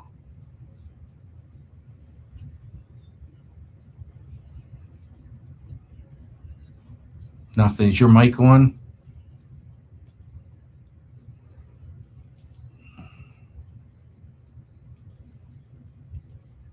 Shit.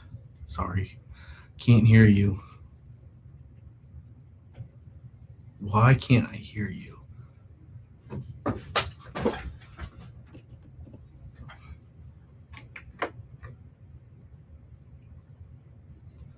Try talking. No, I can't hear you. And I don't know what the problem would be.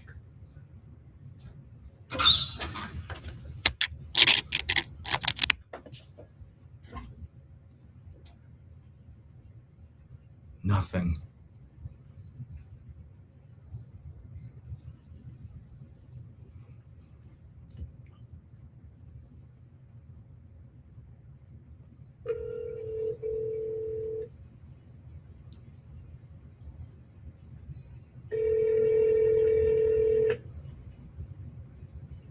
Thank you for calling Link Up Communications. This call may be recorded for quality assurance and training purposes.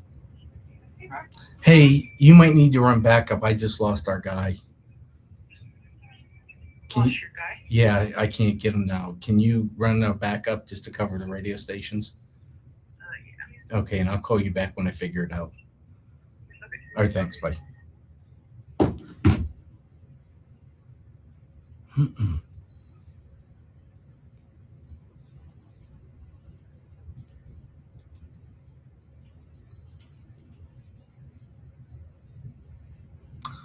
Hold on, guys. We're going to try to figure this out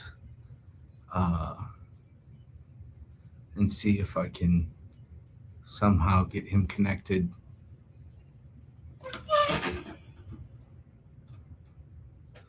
Let's see.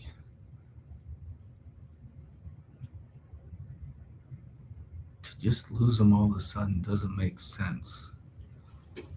Let me try this.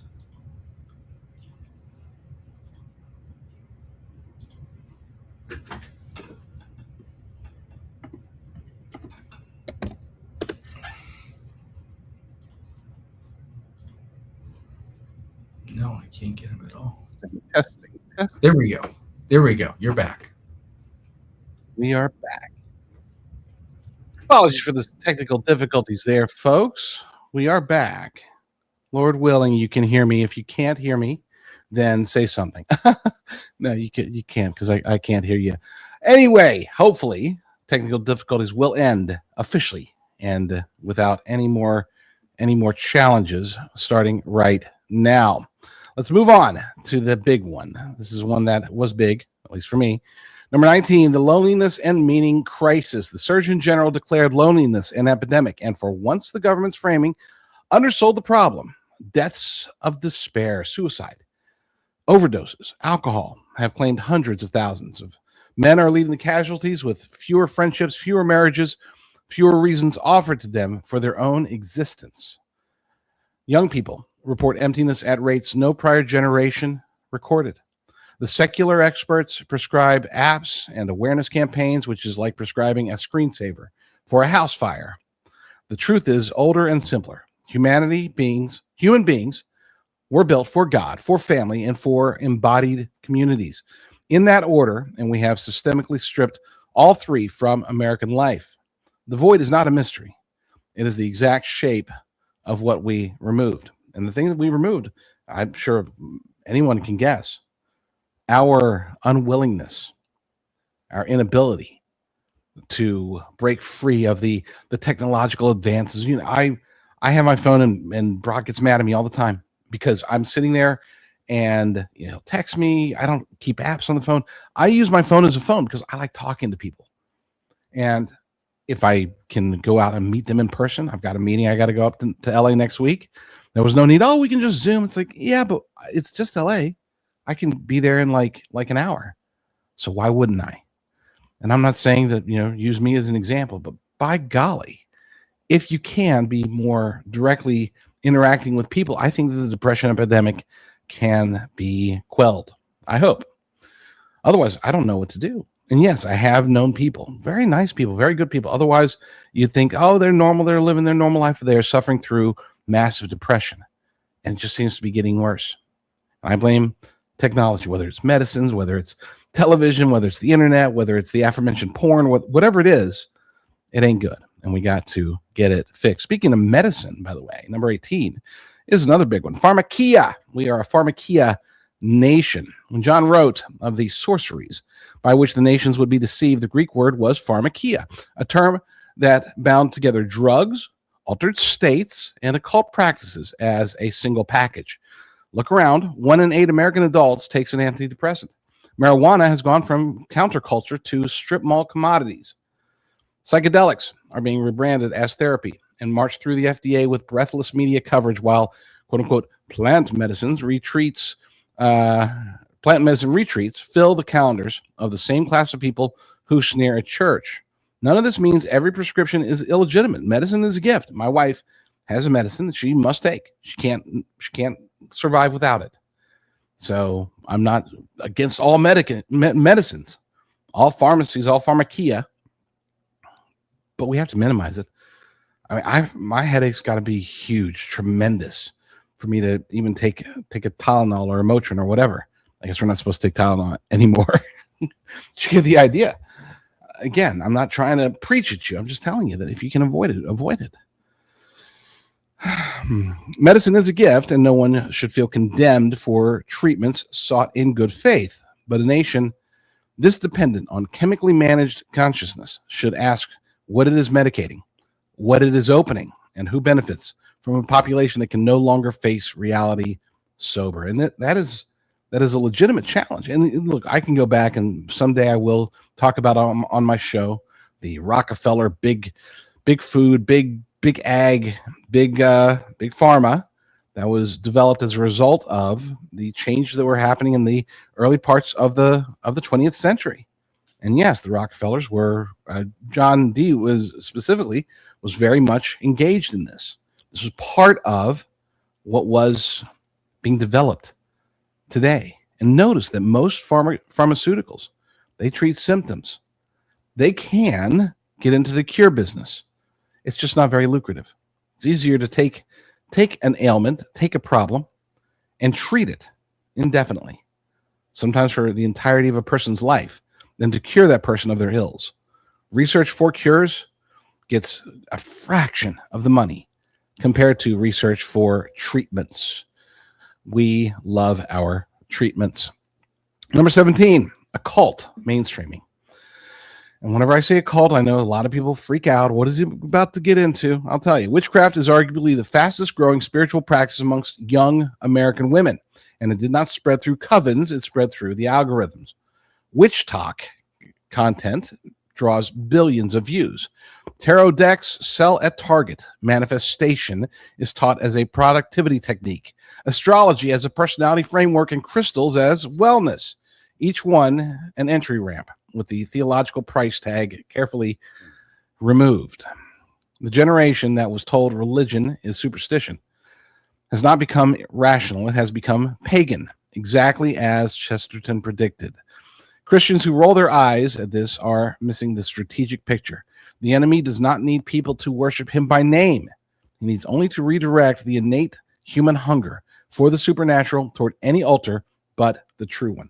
This is one of the reasons that I rarely ever go to movies anymore, and we don't watch horror movies. If there's one major failing that I've had as a parent, it's that I raised 3 and possibly 4 children that love horror movies. And I've seen them for the sake of knowing what's in them, and they're awful. And it's not just direct horror movies. I mean, even if just regular television shows, you see paganism everywhere. You see the occult everywhere. And it's not just in entertainment. It's not just on TikTok or witch talk, which is apparently a thing. We see it in almost every aspect of life. It's subtle. It's a little emblem on a t-shirt that they don't know what it means. Or maybe they do know what it means. But a lot of the people seeing it don't know what it means. It's everything in music. It's who was it? Somebody just came out with a song, and Allie Beth Stuckey was just went after them for it. I think it was, oh goodness, maybe it was Ariana Grande, for all I know. But these kids and even older adults, it doesn't have to be just the young ones. I mean, look at some of the things that Led Zeppelin used to put out. Bob Dylan. My wife, I was playing a version. It was a cover of Comfortably Numb. And she's like, that song is horrible. I'm like, is it? It's like, have you ever really listened to it? Have you ever paid attention to it? Like, you know what? I know all the words, but I guess I haven't. And then once it did, it's like, ooh, sorry. And I'm not saying, oh, you can't ever see it. You can't let it be around you at all, or else you'll die. I'm not saying that at all. I'm just saying that we as a nation have allowed it to pretty much take over. The occult is there. It doesn't have to be some ritual with the pentagrams for it to be detrimental to us, to our minds, and of course, most importantly, to our souls. And it sucks because I love me some Led Zeppelin songs sometimes. But man, she's right. My wife is right, and she's a lot smarter than me. So just be careful. Be careful what your kids are watching. Be careful what you're watching. I've never seen an episode of Game of Thrones for a reason. All right, we're getting there. We're almost halfway there. After the break, we will get to number 16. And I know we're a little bit behind schedule, but I'm pretty sure I'm going to be able to go through these relatively quickly. So stay tuned. And hopefully, Lord willing, we won't have any more technical errors right here on the Wendy Bell radio program. Yeah, there was something that you'd push because I didn't mute myself. Keep in mind, you did something. You told me that my volume had dropped, so I turned the volume back up, but I think you might have pushed a button. And I'm blaming Brock because he can take it. He knows that I love him. I can take it. It's you. I touched nothing. Well, no, you did because it was. I went to your mic settings and everything was right. The volume was up. And then I got out because I can touch JD's mic settings. Don't go there. Oh. No, I wouldn't agree. I thought you were going to say something else. Sometimes, I will say this about StreamYard, which is the software we use. And probably I was jinxed because I mentioned how solid StreamYard is last night when I was talking to Kate. So I might have talked it into existence, but that was manifesting like the occult? Yes. I think that was the third time in 4 to 5 years that I've had a problem that I couldn't manage on my side. So how much do we lose on radio? 2 minutes. Okay. You couldn't hear me.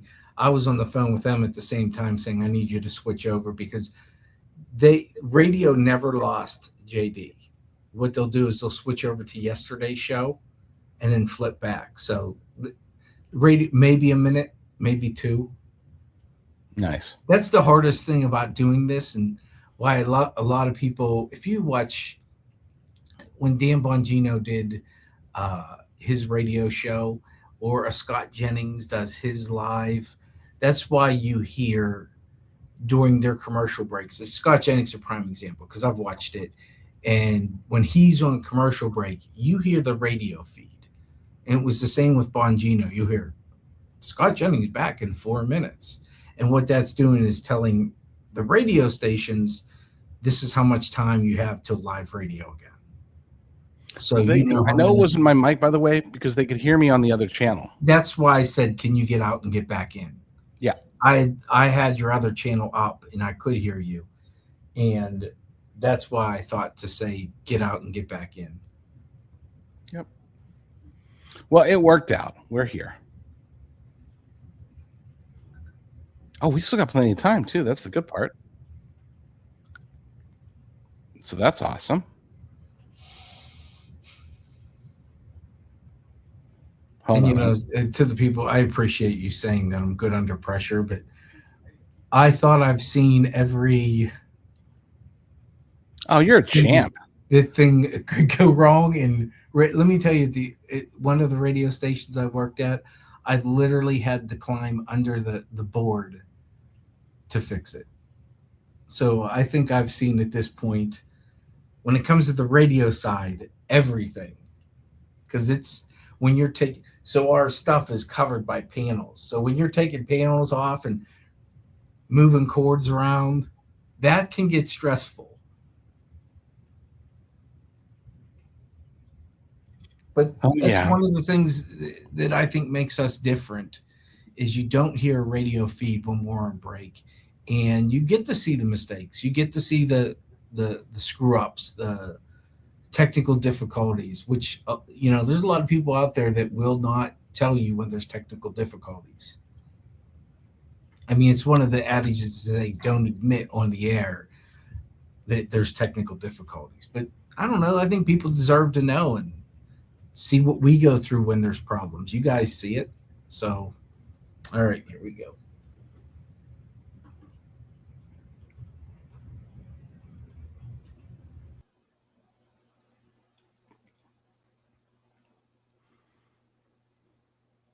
All right, we are halfway through. Very exciting.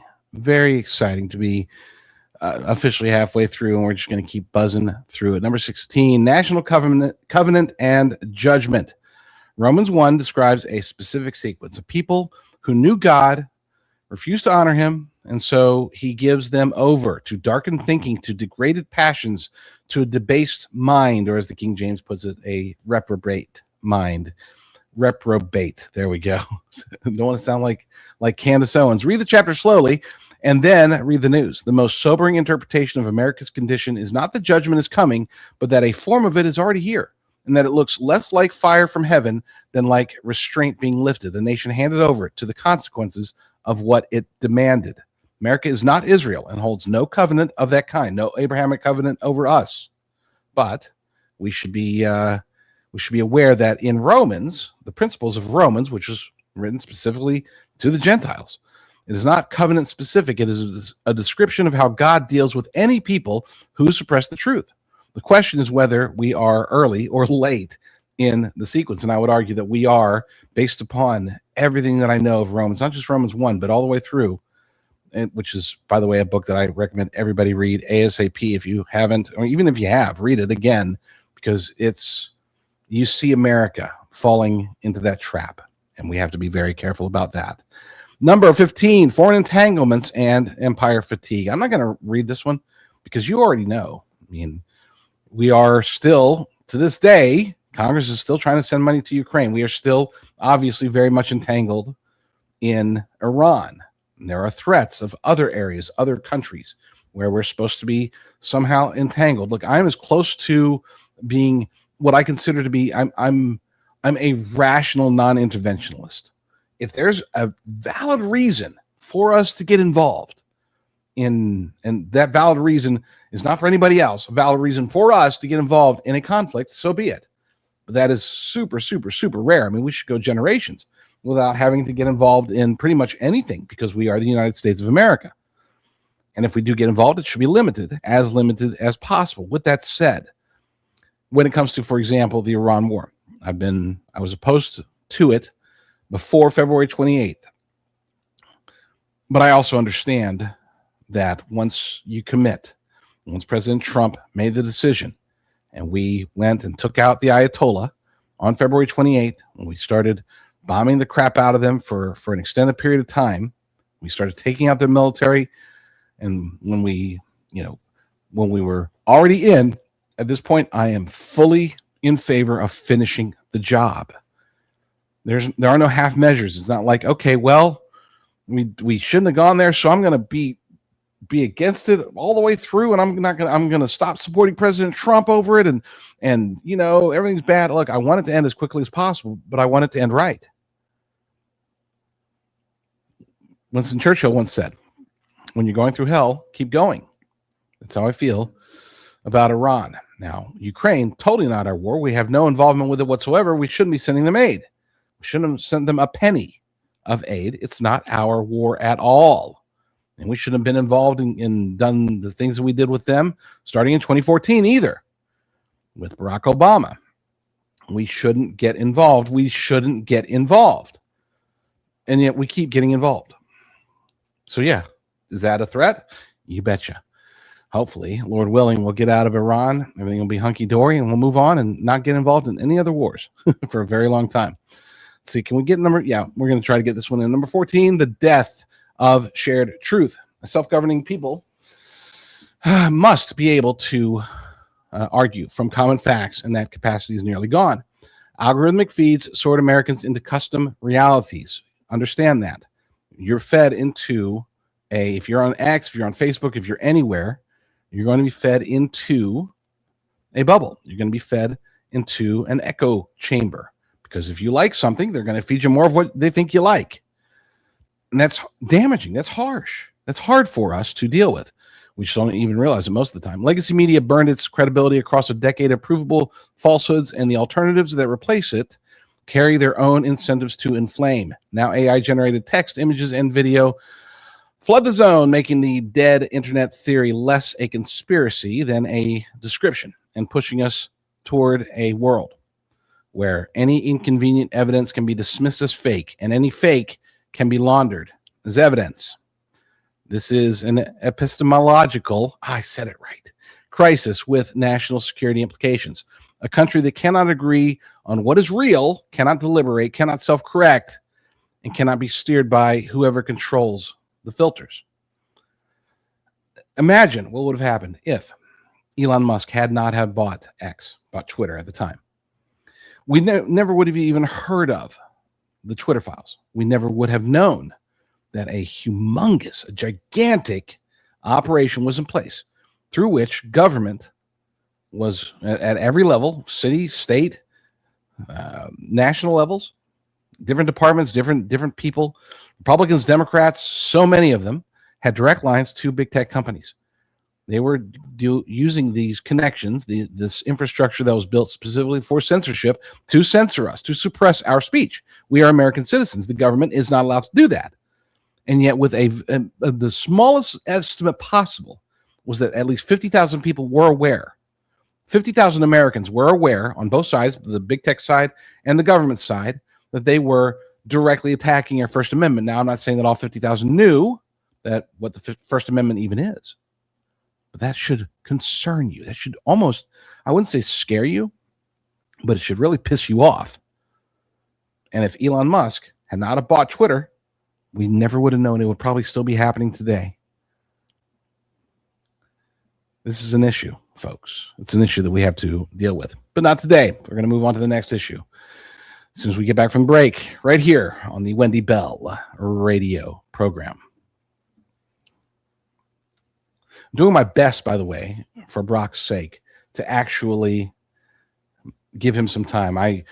There are times when I cut it really close, 2, 3, 4 seconds. I'm trying to give him at least 10 seconds of space at a time before moving on. I'm going to get it nailed by the next time we do this, if there is a next time, if I don't get fired today due to technical difficulties. And yes, by the way, I would agree with those who said earlier, I forgot to say something, but somebody was saying that you did handle the pressure well. Yes, that's why, again, I say for the 15th time, Brock is the best producer by far that I've ever seen. Now, somebody noted earlier about, oh my God, I think it was Ultra Mega Hardcore noted, oh my gosh, we only got like 700 likes. This is the worst ever in 5 years. It is. The challenge, number one, is Friday. Number two, there's the biggest reason is there's no Wendy. Okay, I'm not Wendy, even though I do identify as Wendy Bell, WENDIBELLE. That's how I identify for the WNBA.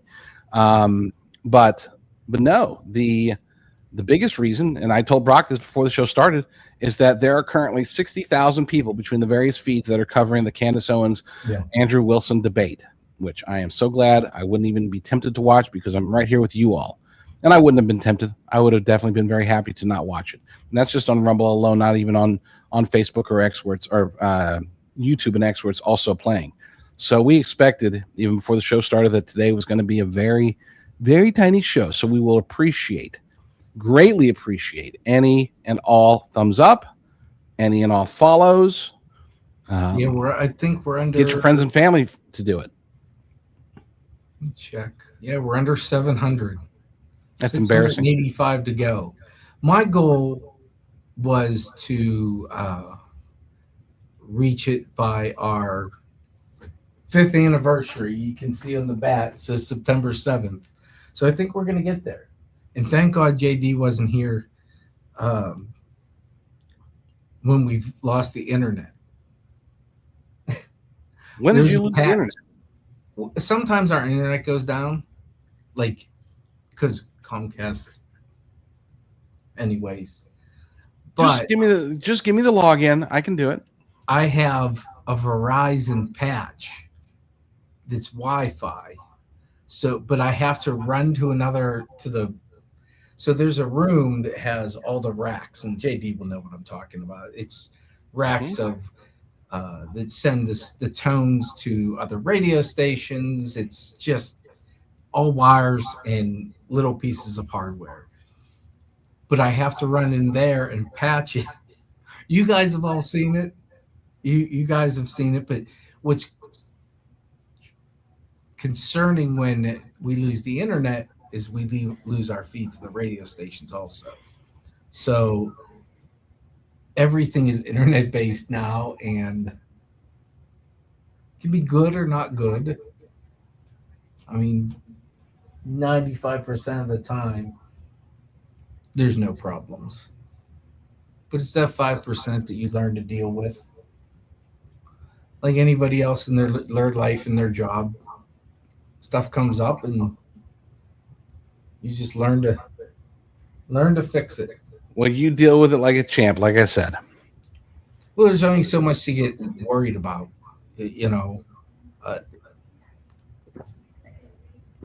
JD and I use different softwares. That's why you could hear him on his channel as opposed to this channel.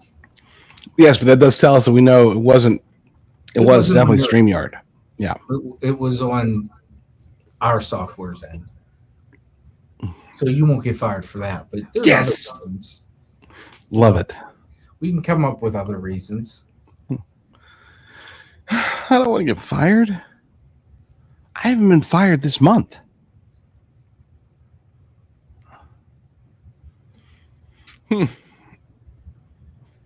Oh. I can't wait to get dorm pictures. I want to see how these college kids live now. They all look weird. Do they? I was watching a video. If there was one video I'd love to send you if you can find it. I don't know if it's too late to load it up. There's a video of college kids in California in the 80s. Oh man.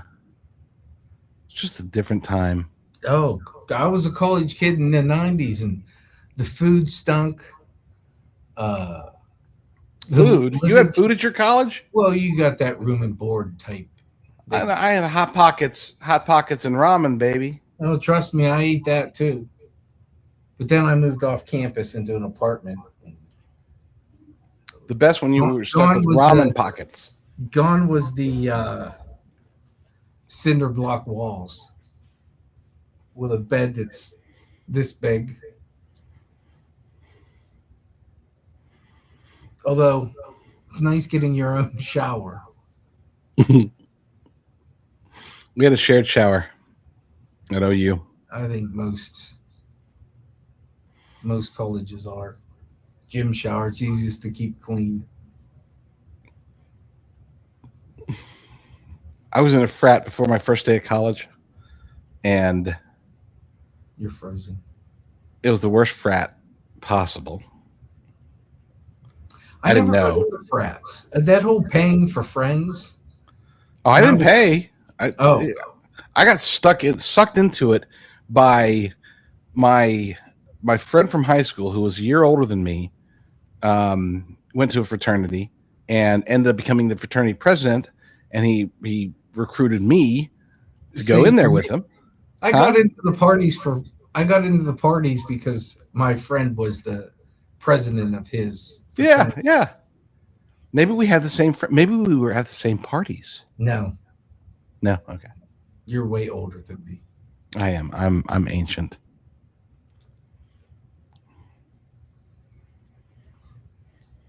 You're still frozen. You do know that, right? I have kids your age. You're frozen. You know that, right? Of course. Okay.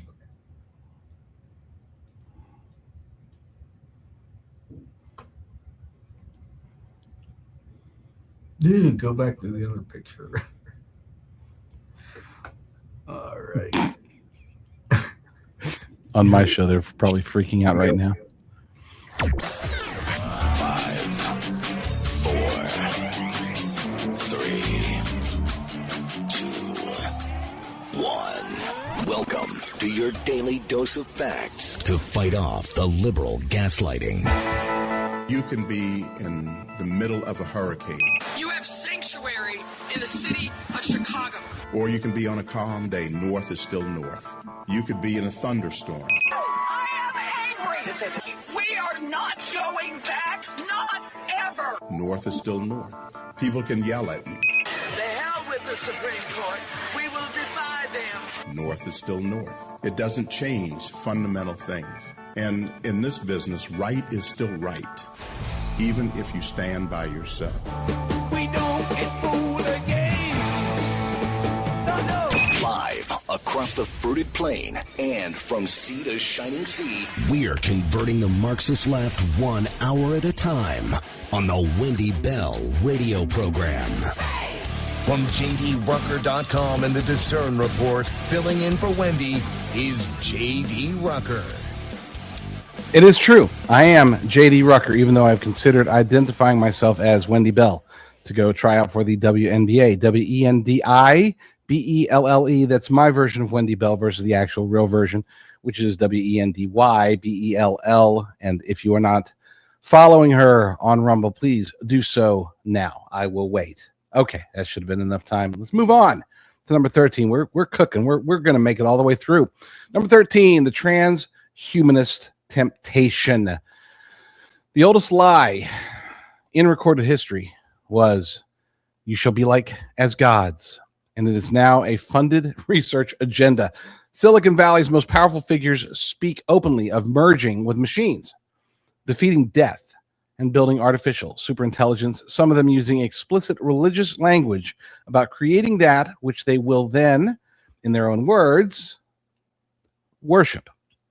Brain-computer interfaces are in human trials. Embryo selection is a commercial service. Life extension ventures absorb billions. Each technology arrives with genuine medical promise attached, which is precisely how such offers always arrive. The question Christians and conservatives must press is not whether these tools can heal, because some of them can, but whether a civilization that no longer believes in God can be trusted to redesign the creature made in his image. And the answer to that, I'll just tell up front, it's no. I am vehemently opposed to transhumanism. And you might think, how did that make it all the way up to 13? It's not a big deal. It's going to be a big deal. It is burgeoning. I mean, the minimal transhumanism that we've seen, a lot of it has to do with billionaires and even just millionaires. A lot of these people are out there. They're into body hacking and this hacking. They're into looks hacking, utilizing like peptide injections. They're, all these things. And yes, the interfaces themselves, it doesn't have to be, oh my gosh, you got Neuralink. You got a chip implanted in your brain. It doesn't have to be like that. There's going to come a time in the very near future, I truly believe this, where Neuralink or some Chinese company or some company that we never heard of, or maybe a company that we have heard of, is able to start to interface with the brain without making a cut, without actually having to directly touch the brain. Non-invasive brain technology is already on the horizon. Now, that's not even taking into account everything that we're seeing with being able to do things with our bodies. I'm not saying that we're all going to be cyborgs or that there's even going to be a whole bunch of cyborgs in the future, but there will be some. there will be those who are at least partially mechanical. But transhumanism isn't just about that. There's a component of it. There's a gentleman, I always forget his name. He's got one of the most common names out there, but he was basically known as like the ultimate billionaire biohacker. You know, he went so far as to get transfusions from his teenage son because his belief was that, you know, by taking blood, compatible blood from a younger person than him, he was in his 40s and his son was a teen, that being transfused with that blood was going to improve his health. He takes, you know, we've heard about those guys that take like 200 pills a day. We see all this thing that's trying to push us to where we'll live longer, we'll be healthier, we'll go faster. You know, that old saying, like the bionic man, right? Well, it's not all fiction. And it is actually happening. And we're close. A threat, you don't have to wait for it to start producing bad results in order to understand it as a threat. So that's why I have that so high up. That's why it's number 13. I thought about moving it up a little bit higher because here's the thing. There's this old movie, I think it's from the 90s, might have been early 2000s, called Gattaca. Not a great movie. Got to admit, not a great movie, but the concept was very strong. Basically, they were able to design babies, right? They could make babies to where they were physically perfect. They had no diseases. They had no ailments. They you know, all this other stuff. And this one gentleman played by Ethan Hawke, right? Ethan Hawke, he's a normal guy. He wasn't born advanced or whatever the phrase was. And he had a brother who was born, a younger brother who was born with all these advancements. Well, if you were amongst that other, if you didn't get genetically altered before you were born, then you were a lower class citizen. You couldn't get the same jobs. And he wanted to go to space. Ethan Hawke's character did. He wanted to do a lot of things. I don't remember the movie. It's been a long time since I saw it. But that concept is not far off from reality. Okay, we're not talking decades from now. We are talking, especially with the help of artificial intelligence, which will be advancing rapidly. A lot of these things that we're talking about today, you are going to see this transhumanist movement expand. And it's not just going to be relegated to billionaires. It will be made mainstream. It will be accessible to the masses. Because once again, as with almost everything on this list, it comes down to control. This is a control factor. They will use it. You know, the threat of it, the promise of it to do better. Now, the gentleman I was telling you about, I think his name's Brian. He's, again, the one who's taking transfusions from his own son, blood transfusions. He's actually had to reverse course lately because he found out recently that he's sick. This guy's been doing everything, spending tons of money, becoming the face of basically transhumanism in many ways. And now he's having to stop because he acquired an autoimmune disease. Was it a direct result? Kind of think it almost has to be, right? And he even said, maybe I went too far. It's very sad. But what did we expect? God made us the way that we're made. And I'm not saying that we can't try to improve our bodies or keep ourselves healthy, but there are limits. And right now, the world is pushing those limits as far as possible. Number 12, CBDC, central bank digital currencies, and the programmable money threat. This is real. This is another big one. It probably also could have been higher on the list. Central bank digital currencies are marketed as convenience and settled as control. Money that is programmable is money that can be switched off, geofenced, expiration dated, or conditioned on behavior. If they can just turn you off at will for wrongthink, for maybe being against some prescribed thing that AOC, God forbid, President AOC decrees that you must affirm gender. And if you don't, then you can't have money or you'll be limited. These are near future potentials.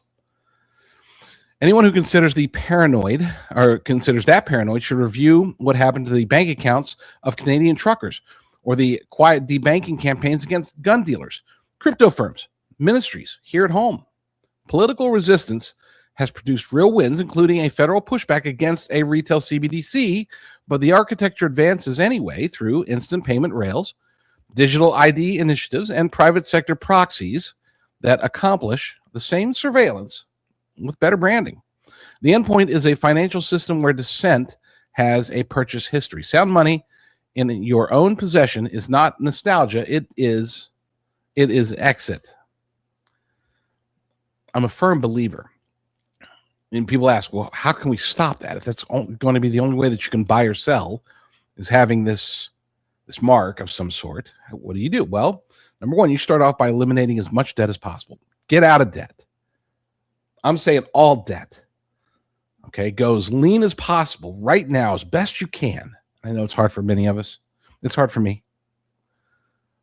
But we have to strive to eliminate the debt, eliminate the control factors. Sound money is real money. Sound money can be gold or silver. It can be, whatever. I'm not going to go down that road right now. That's a much longer conversation, but you get the idea. And I hope, Lord willing, you understand the potential consequences. Now, here's how central bank digital currencies are going to eventually roll out. Yes, President Trump signed an executive order. Until it's codified, it's meaningless. The next president can just get rid of it. So we are still on track as a nation for central bank digital currencies, and we are on track as a world for them.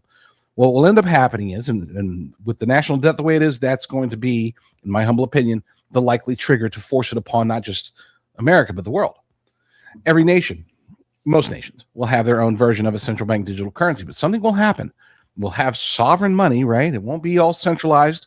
It'll be centralized per nation. But then something will happen. Something will break. Some kind of hack, some kind of event will occur. And all of these central bank digital currencies, some of them failing, some of them not, maybe all of them failing, will have to consolidate. They'll have to come together into a single currency, one with control factors inherent. Geofencing, that's a real thing. They can say, oh, you just need to live in your 15-minute city and do everything there. Okay? You don't even need a car. You don't need to own anything. You'll be happy. We'll give you a universal high income, and high income because if everybody's high, nobody's high, whatever. We'll give you this income, but you can only spend it. It's geofence. You can only spend it in your 15-minute city. Stay compliant, and everything will be hunky-dory. Go put on your VR glasses. Go play with AI. Go paint. Become like Hunter Biden. Do whatever you need to do, but just stay in your city. And you have to use all of it. You can't save any of it because it's all time restricted as well. So you can only use it during a certain period of time. So don't think that you can just accumulate it and leave your city. You're stuck here. You are controlled. You're a sheep. Science fiction? No. We're talking about something that I would put it over a 50% chance that scenario or a variation of what I just described to you is exactly what's going to happen. I'm not trying to scare you, just telling you the truth. It's coming. When it gets here, I hope you're not in debt. And even that might not be enough. When we return, we're approaching the top 10. So stay tuned. Good stuff right here on the Wendy Bell radio program. I'm tongue-tied today. I don't know why. I'm not tired. I'm in full ketosis right now, like full hardcore ketosis. Strips tell me that my mind should be. Are you on a water diet again? No. No. Just super ultra mega low carb, and it gets the ketones flowing.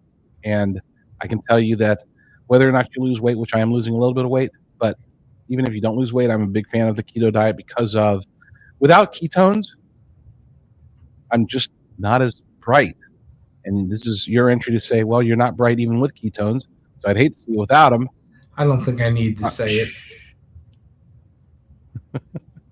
Somebody was thinking it.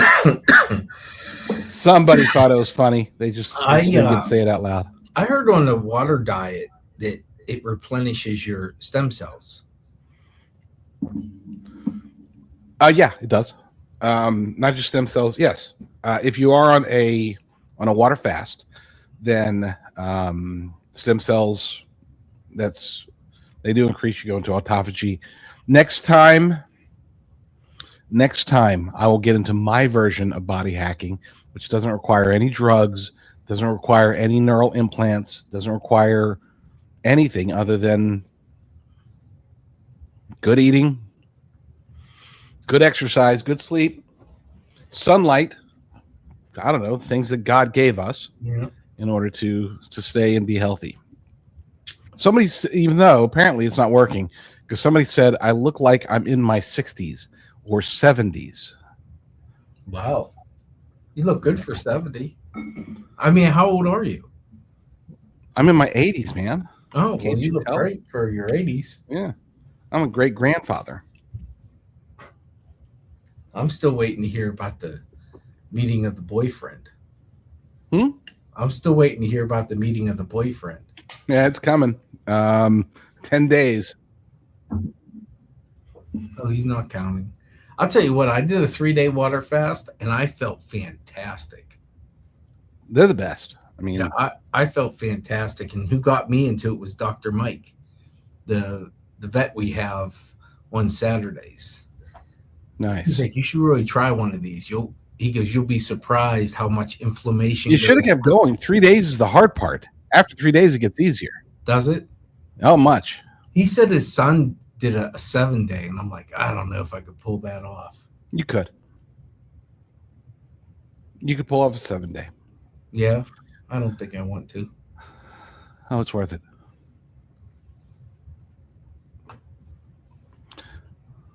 I tell you what, though, who would have ever thought? Because you can have bone broth on it. Whoever would have thought having bone broth would almost supplement a steak? That's what I felt like when I had the bone broth.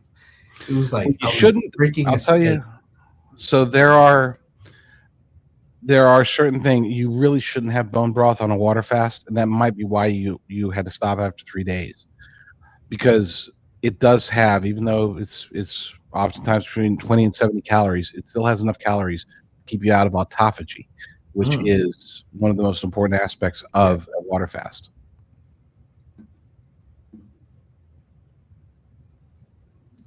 Way to poo on my 3-day water fast.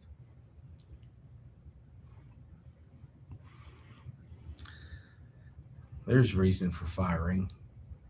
There's a reason for firing. Yep, I'm out. All right, here we go.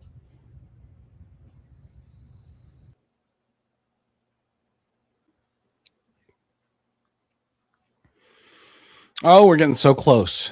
For those who don't know, if you're listening on the radio, if you're watching on the Wendy Bell channel, we are going to continue this discussion on my channel, the JD Rucker Show, which you can find on Rumble. But I think we're actually going to make it through. So let's just hammer this out. Number 11, the war on childhood innocence. This too could have and probably should have been in the top 10, because I think that what they're doing to us, what they're trying to do to us, what they're trying to do to our kids,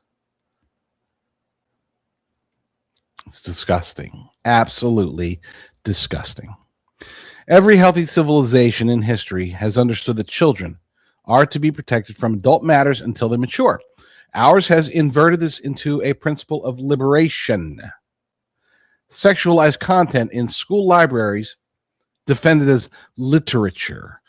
Gender ideology introduced to children too young to spell it.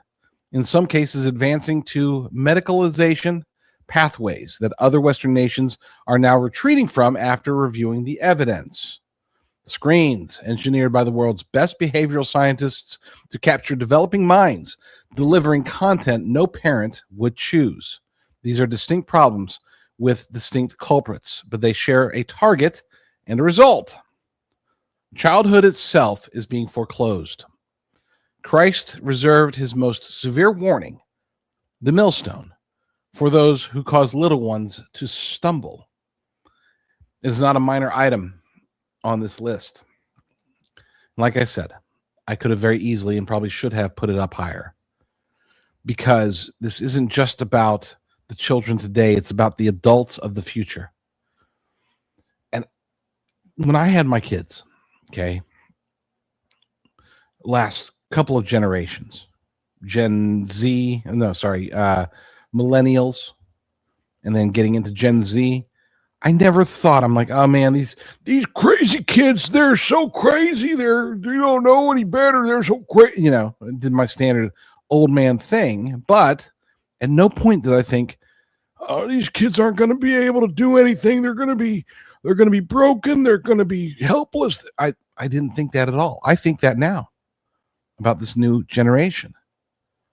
They're being indoctrinated with everything. It's not just at school. It's not just the screen. It's not just television or phones or their friends. It's all of it. It's all of it. They're going after the kids, man. I don't know how else to say it. And these kids, unfortunately, they're not prepared. They're not stewarded properly by their parents in many cases. I praise God. I'm so thankful for my kids, my youngest kid, who falls into this youngest generation. You know, he's amazing. I wish I could say, oh, you know, it's just strong parenting that's been able to protect. No, he's awesome. I think God has been protecting him because, well, and my wife, she plays a little bit of a role, maybe a huge part of that. But the point is that with all of the inputs from all the various places, I am concerned about the future. And again, not just for the children themselves, but what the United States will be like once they do get of age. I mean, even now I say, oh, the Gen Z, it's not like I wasn't too concerned about them because, oh, you know, it's not like they're going to destroy us or anything like that. Well, maybe they will. I mean, now we pay more attention lately to their perspectives. They love socialism. How could you love socialism? It makes no logical sense to me how anybody could love socialism. But on the other hand, I keep getting lectured by younger people. It's like, hey, it ain't like it was when you were a kid. It's harder now. We have no expectation of being able to buy a house at 25. And they're right. I mean, average mortgage in America, monthly payment is over $2,000. They're making, let's say they're making $7,000 a month. They're paying 27%, maybe 30% tax. All told, they're between taxes and rent, somebody making $84,000 a year, which should be a nice living wage and able to buy a home, can't, because that's going to leave them with under $3,000 for their whatever car payments are going up, everything's going up. It's not just, oh, you know, they're you know, like I said, I don't blame them. I blame us. I blame what the world has become. All right. We will get to the top 10, and we will finish the top 10, starting with the next segment, which will be right after the break here on the Wendy Bell radio program.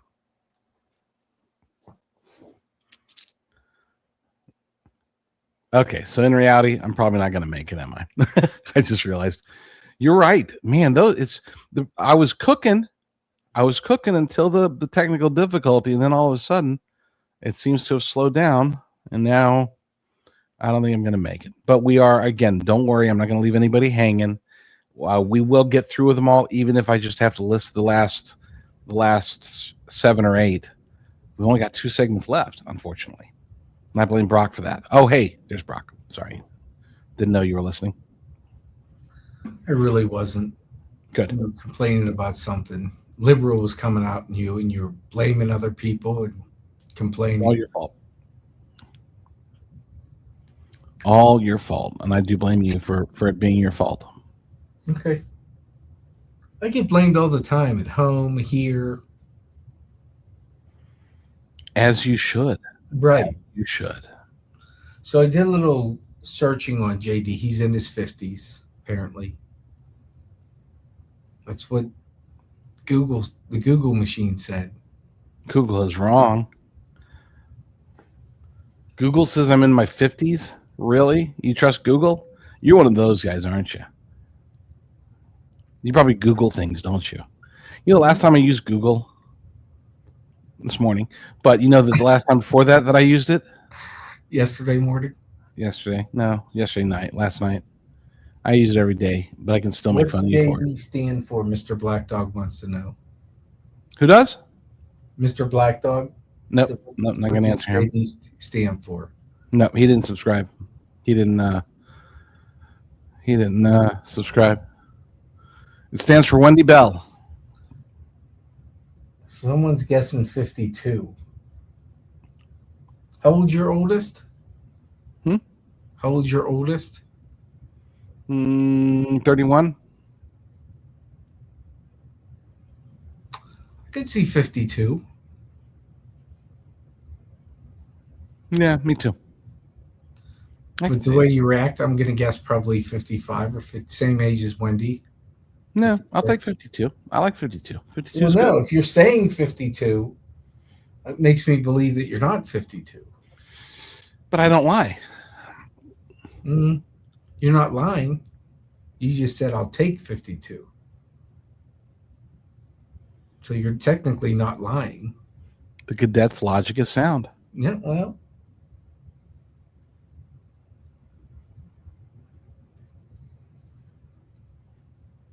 I'm 50. Not that anyone cares. 50's for JD. My daughter's 54. I say 56, 48. It ain't 48. No way. I can tell you that. That would be way too old. Yeah. Now that's a lie. I just go by the math of it. Let's say JD had his first child at 18. So that would make him 49. So I could see 52. Not in that picture. I look 31.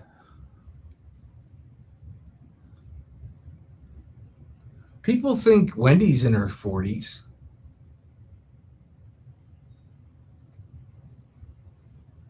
How old are you? Me? Yeah. I'm 50. No, you're not. I am. No way. Just last December. So I'm 50 and a half. I'm a little over 50 and a half. Jolene, who you all know is our merch person, turns 50 tomorrow. So she's catching up. She's old. Getting there. Tomorrow she'll officially be old.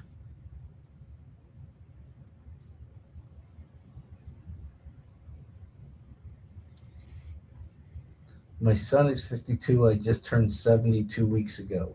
Happy birthday. Wendy's the same age as my daughter. Wendy is pushing 60. That's facts.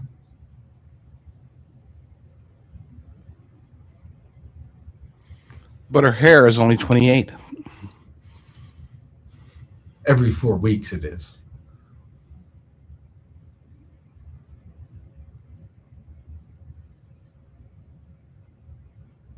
Every 4 weeks, Wendy turns back the clock.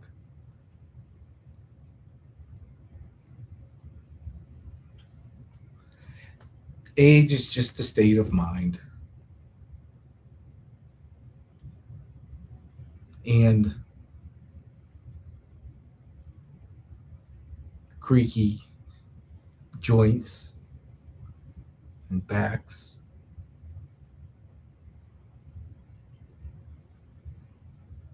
I think Jolene's birthday is tomorrow. I should probably check.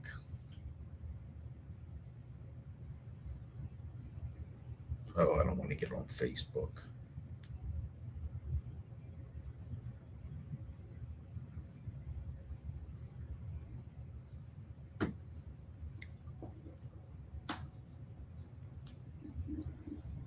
All right, we're coming back. Ugh.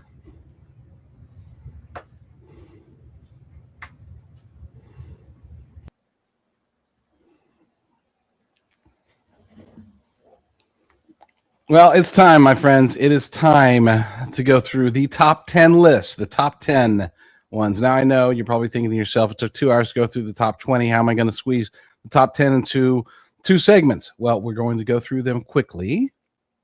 And then on my show, I will go back through and deal with them more aggressively and more thoroughly, we'll say. Number 10, apostasy within the visible church. The threat to the American church that no external enemy could accomplish is being managed from inside. The prosperity preachers sell God as a vending machine to audiences of millions. Progressive denominations shed doctrine after doctrine to chase the culture, a culture that despises them anyway, then wonders at the empty pews. Seeker-driven megachurches replace discipleship with production value, delivering motivational content to crowds that were never confronted with sin, repentance, or the cross. Scripture warned of this explicitly. Teachers accumulated to such itching ears a form of godliness, denying its power. The nation's spiritual immune system is compromised, not because the church is persecuted, but because so much of what carries the name no longer carries the message. And the message of the church should be about salvation, not about living your best life now. Number 9, child sacrifice by another name. Yes, we are talking about abortion. I'm not going to read that one. I'm going to save that one for later. But it is child sacrifice. No matter what anybody tells you about abortion, it is not health care. Okay? It is not. And it is one that I can get easily hung up on because it's personal. Not just to me. It's personal to anybody who understands and appreciates that life begins at conception.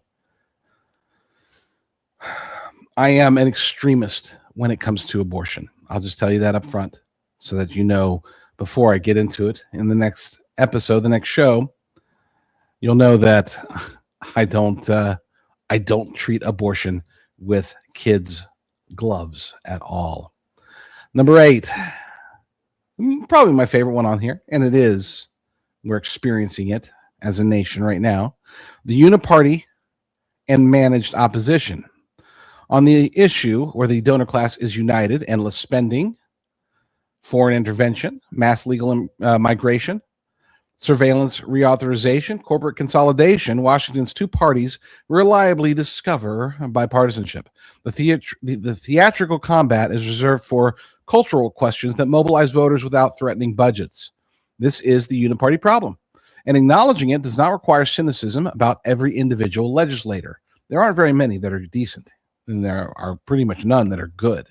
There are genuine fighters in both chambers, and the populist realignment of the past decade has been a real disruption to the machine, but the machine adapts. Controlled opposition is an old intelligence technique for a reason. The most effective way to neutralize a movement is to lead it. Tucker Carlson. Voters should support their champions and audit them relentlessly because the door out of the uniparty is always also a door in. I've long said that the longer somebody spends in Washington, D.C., the more likely it is that they will be compromised. I'm a big fan of term limits. I haven't always been, but now I realize that you sort of do kind of have to reload, refresh, start from scratch, get people that haven't been lifetime politicians, and take the money out of politics so that you don't have people like Nancy Pelosi who are in there forever. She didn't stay in Congress because she was trying to serve the nation. She stayed in Congress for decades because she was serving herself. And you can say the same thing on people on the other side of the aisle. Number 7, the death of the middle class. This is an important one. The American promise was never wealth. It was attainability. The confidence that an ordinary family working ordinary jobs could own a home, raise children, and retire with dignity. Run the numbers on that promise today. Median home prices have detached from median incomes to a degree unseen in generations. Young adults carry record debt into a market where the starter home is extinct and the starter family is postponed indefinitely. Not everybody can go freeze their eggs like AOC did. Birth and marriage rates track housing costs more closely than any sermon on values ever could. Meanwhile, asset holders have grown spectacularly wealthy on the very inflation that priced everyone else out. This is not capitalism's failing. It is a rigged monetary system doing exactly what rigged monetary systems do, transferring wealth from those who earn dollars to those who own things. Now that comes, you will notice that comes very, very, very close to the same pitch that the Marxists give. It's because they're not that far off. It's not the capitalism that is broken. It is the fact that our nation is addicted to what's called crony capitalism. And the only thing very similar to how democratic socialists of America are neither democratic nor are they really socialists. They're Marxists, and they're definitely not in favor of America. The entire DSA premise is fake. It's built on falsehoods. Same thing when it comes to crony capitalism. I'm not talking about true, legitimate capitalism. And those who understand the difference between the two, you have a leg up, because for whatever reason, crony capitalism has become the status quo in many aspects of American life. And it is the reason that we have so many problems for the middle class. Number 6, the national debt and the fiat endgame. I don't need to lecture you on this. You already know that the national debt is an existential threat. People have been talking about how we will be crushed by it for decades. And yet here we are, still pushing. Debt has blown past 37 trillion. It's 40 trillion. We're at 40 trillion bucks in national debt. Stop it. Just stop it. Number 5, election integrity and institutional distrust. I don't even need to read this one. I can tell you up front. The Save America Act is not perfect. The Save America Act has flaws. It has holes. It can be manipulated. It doesn't, especially the quote-unquote light version, the House version. It's designed to make things better. It's not a fix-all. It's not a cure-all, but it will make it much more difficult to steal elections. I would argue that what we saw very recently in Michigan, what we saw in Wisconsin, both of those DSA members, they were hit with voter fraud because the Democrats, the establishment, the uniparty swamp, didn't want either of them. Now, Abdul El-Sayed did survive, but don't forget, he had the double-digit lead, and he ended up winning by less than a point. Francesca Hong also had a double-digit lead. She was listed in the betting markets with over a 95% chance up until the results started coming in. Then all of a sudden, boom, they're gone. There's one theory that I heard, that because they were planning on cheating, that they were annoyed, upset that they barely lost with Abdul El-Sayed, and that's why they told Bernie and AOC not to endorse Francesca Hong, and then they robbed her. And I don't know if that's true, but it is conspicuous that it happened in Wisconsin and Michigan, two places that are very well known for voter fraud. They are horrible, and I will be talking in much more advance on that one. Now the big one before we get to the final 3. That is AI displacement and the coming labor reckoning. I have argued that AI may be the biggest existential threat that we're facing. And no, it's not because of flying robot dogs with machine guns, though that is definitely possible. We could see a Skynet future. My biggest concern is the disruption that we're already seeing happening. The disruption that's going to fundamentally change how the United States and Western society and eventually the entire world operates. There was a recent study that showed that only 3% of Americans trust AI to properly operate their finances. And yet, despite it only being 3%, 1 in 5, so around 20% of Americans who apparently don't trust it, still use AI to help them manage their finances. What do you use your AI for? Do you use your AI for anything? Do you use AI? I know I do. It sucks. I'm a hypocrite. But I have my eyes open and I only use it for certain things. Artificial intelligence is already writing code, processing claims, drafting legal documents, generating marketing, and answering customer calls. And the systems improve every quarter, while the political class offers nothing but vibes. And to say that it improves every quarter is That's an understatement. It improves almost every day, depending upon. One could argue that it definitely improves every day by the accumulation of more information that it can use for its models. This time, the disruption climbs the ladder. White-collar, credentialed, middle-class work is squarely in the blast radius. The very jobs that were supposed to be the safe harbor from the last wave of offshoring and automation. Perhaps new categories of work emerge as optimists promise. Perhaps they emerge too slowly for the tens of millions caught in between. Nobody in either party has a real answer, and the answers being incubated in Davos and Silicon Valley, universal basic income, or as Elon Musk calls it, universal high income, as a pacification stipend, should alarm anyone paying attention, because a population that depends on the state for its bread has surrendered the last leverage a free people holds. I've talked about bread lines before. I don't think that there will be bread lines. I think that in the near future, there will be cricket lines. Yes, they will determine, probably through AI, that the best form of food is actually crickets. The protein, the nutrients.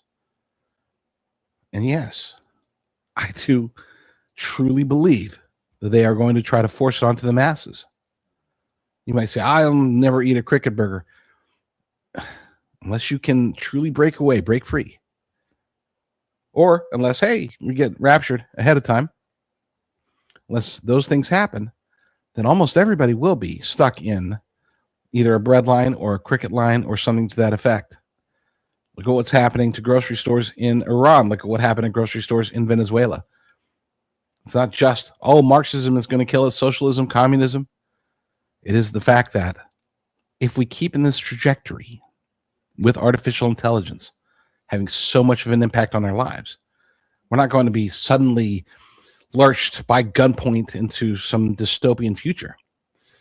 The vast majority of your friends, your neighbors, maybe you, will willingly accept it. Be like, wow, AI is so much better at making these decisions than I am. Maybe I should trust it. I hope that you don't. When we get back, we got the last three, so stay tuned. It's getting pretty lit right here on the Wendy Bell Radio Network. It's getting lit. They don't say that anymore, do they? The kids don't. My dog is freaking out. Could you hear my dog? Yes. Okay, let me get rid of her. You don't have to. I got to get rid of her. Why? Because she's old. It's time to get rid of her. Wow. I'll be right back. He must not watch the pet show where cats are climbing on the back of my chair. Dr. Mike's dogs are walking in the background. I did hear the dog.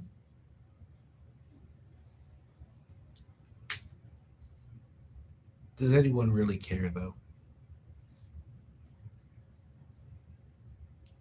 I can't believe sometimes you guys can't hear the people talking. I swear to God, they yell. And they're like standing next to each other. Yeah, Mike's dog do bark at 11 because he makes everyone not come to the house until after 11. And after 11 to people never means after 11. They'll show up 5 minutes till 11.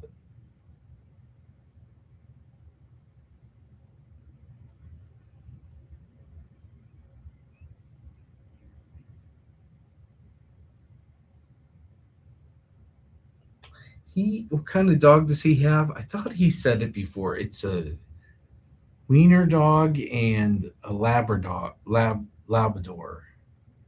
mixed. How that happens? Well, we know how it happens, but I don't know.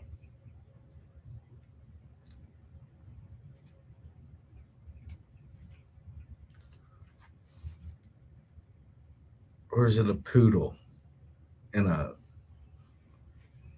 wiener dog? Don't forget, I'll say it again, no shows this weekend, but Monday starts the new time. Nothing changes except the time. This will still be here, just instead of noon to 3, back 10 to 1. So almost a split between 9 to noon and noon to 3. So 10 to 1. If you tune into the podcast, it just means the podcast will be up sooner. Radio stations are taking us from 10 to 1. So the only thing that changes is the time. And I don't know, before anyone asks, what time the show will be posted by. Wendy and I will have to try to figure out. I'm thinking back to getting up at 3:30 in the morning. So hopefully by 6 is the goal for me, to have something by 6, but I don't know. You're on the same thing as I am. You'll find out when you find out.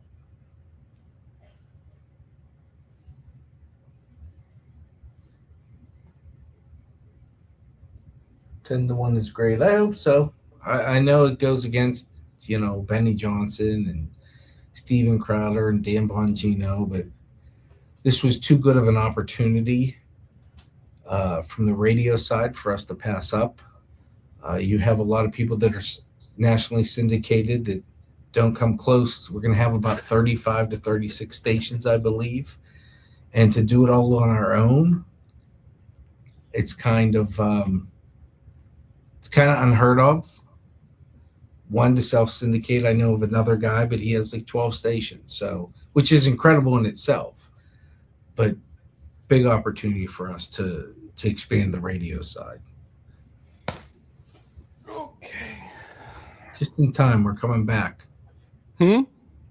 Just in time. Here we go.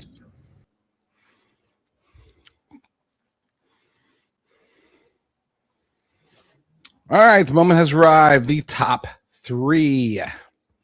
Before I get to those, I got to tell you, it has been an honor and a pleasure and a blessing to spend this week with the wonderful Wendy Bell Radio audience, with producer Brock. Hopefully, Lord willing, if she ever needs me again, they know who to call, and hopefully that person is me. Anyway. God bless you, everyone. All right, let's finish it up. Number 3, the collapse of the family. Nearly every pathology on this list has its taproot here. Every single one of them. Marriage rates sit at historic lows. The birth rate has fallen far below replacement and keeps falling. Roughly 1 in 4 American children lives without a father in the home, and the data on that follows fatherlessness. Data on what follows fatherlessness, poverty, incarceration, addiction, abuse, academic failure is as close to settled as social science gets, which is precisely why it is so rarely discussed. The family is the first government, the first church, the first economy, the first school. No institution downstream can compensate for its failure, though we've spent trillions trying. This did not simply happen. Policy punished marriage.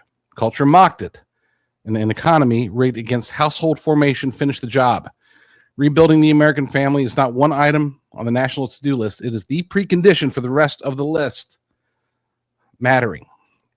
And I can make a very valid case that feminism, from its inception, has been a psyop designed to get to exactly where we are today. But that's a discussion for another day. Number 2, the de-churching of America. We've talked quite a bit, actually, about the faith aspect of America's downfall. This is one of them. Somewhere around 40 million Americans have stopped attending church in the past few decades. The largest and fastest religious shift in the nation's history, dwarfing the Great Awakenings in scale while running in reverse.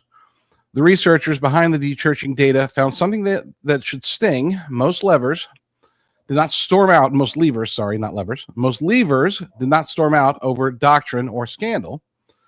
They drifted. They moved cities, changed schedules, fell out of habit. People just stopped going. No one came looking for them. Whatever the mechanism, the consequence compounds through everything above this entry. The church is the institution that forms consciousness, binds neighbors, disciples families. I messed up that word earlier. disciples families, and restrains the state by nurturing a people who answer to a higher authority. An America without the church is not a neutral America. It is a mission field with nuclear weapons. And the vacancy is already being filed by every counterfeit on the list. And I'm hesitant. In the next version of the show, I will talk about why this is necessary for the rise of Islam. And number one, principalities behind the institutions. If you've read this far and felt the pattern, the strange coordination of it all, the way every institution seemed to turn against the family, the church, the child, and the truth at roughly the same time, you have two available explanations. Number one requires a smoke-filled room and a conspiracy of implausible competence. A new world order, basically, that is somehow so good that, we can never find them, we can never catch them. They're just really smart guys with lots of money. That's all. Don't worry. They just smoke cigars. They got Brock back there telling them what to do. No. Option two is that it is written in Ephesians 6. We wrestle not against flesh and blood, but against principalities, against powers, against the rulers of the darkness of this world, against spiritual wickedness in high places. The coordination we observe does not require a human mastermind if there is a spiritual intelligence behind it, a satanic intelligence behind it. And Scripture states plainly that there is. This is why the countdown ends here rather than with any policy failure. Every other item on this list is a battlefield, but this is the war. It also means that the decisive weapons are not the ones that are deployed in D.C. They never were. The decisive weapon is here. It's in us. It's above us. If you want to know how to fix this nation, it begins and ends with prayer. And then it continues with our own self-examination, our own willingness to acknowledge Jesus Christ as our Lord and Savior. I know this is a secular show. I know that I probably shouldn't end it like this. Maybe I'll never get invited back. But I firmly believe that if we were to ever re-engage, re-embrace as a nation, which starts with us as individuals, if we were to embrace the Bible, the biblical worldview, and I'm not talking about becoming a theocracy, that would fail. But if we as a nation find our soul again, because we used to have it, then we will be able to win. We will be able to return America with God's help, with God's will, to its previous glory. If not, then we are just waiting and hoping that there's a preacher of rapture, hoping that we'll be swept away or that we'll have enough saved up, we're hidden away from the evils. I don't want to imagine a world like that, because that means that the people I know, people I love, people you know and love will be left behind. I don't want that to happen. So we start with prayer. Thank you all for having me. It's been an absolute honor and blessing. Be sure to check me out elsewhere, right here on the Wendy Bell radio program.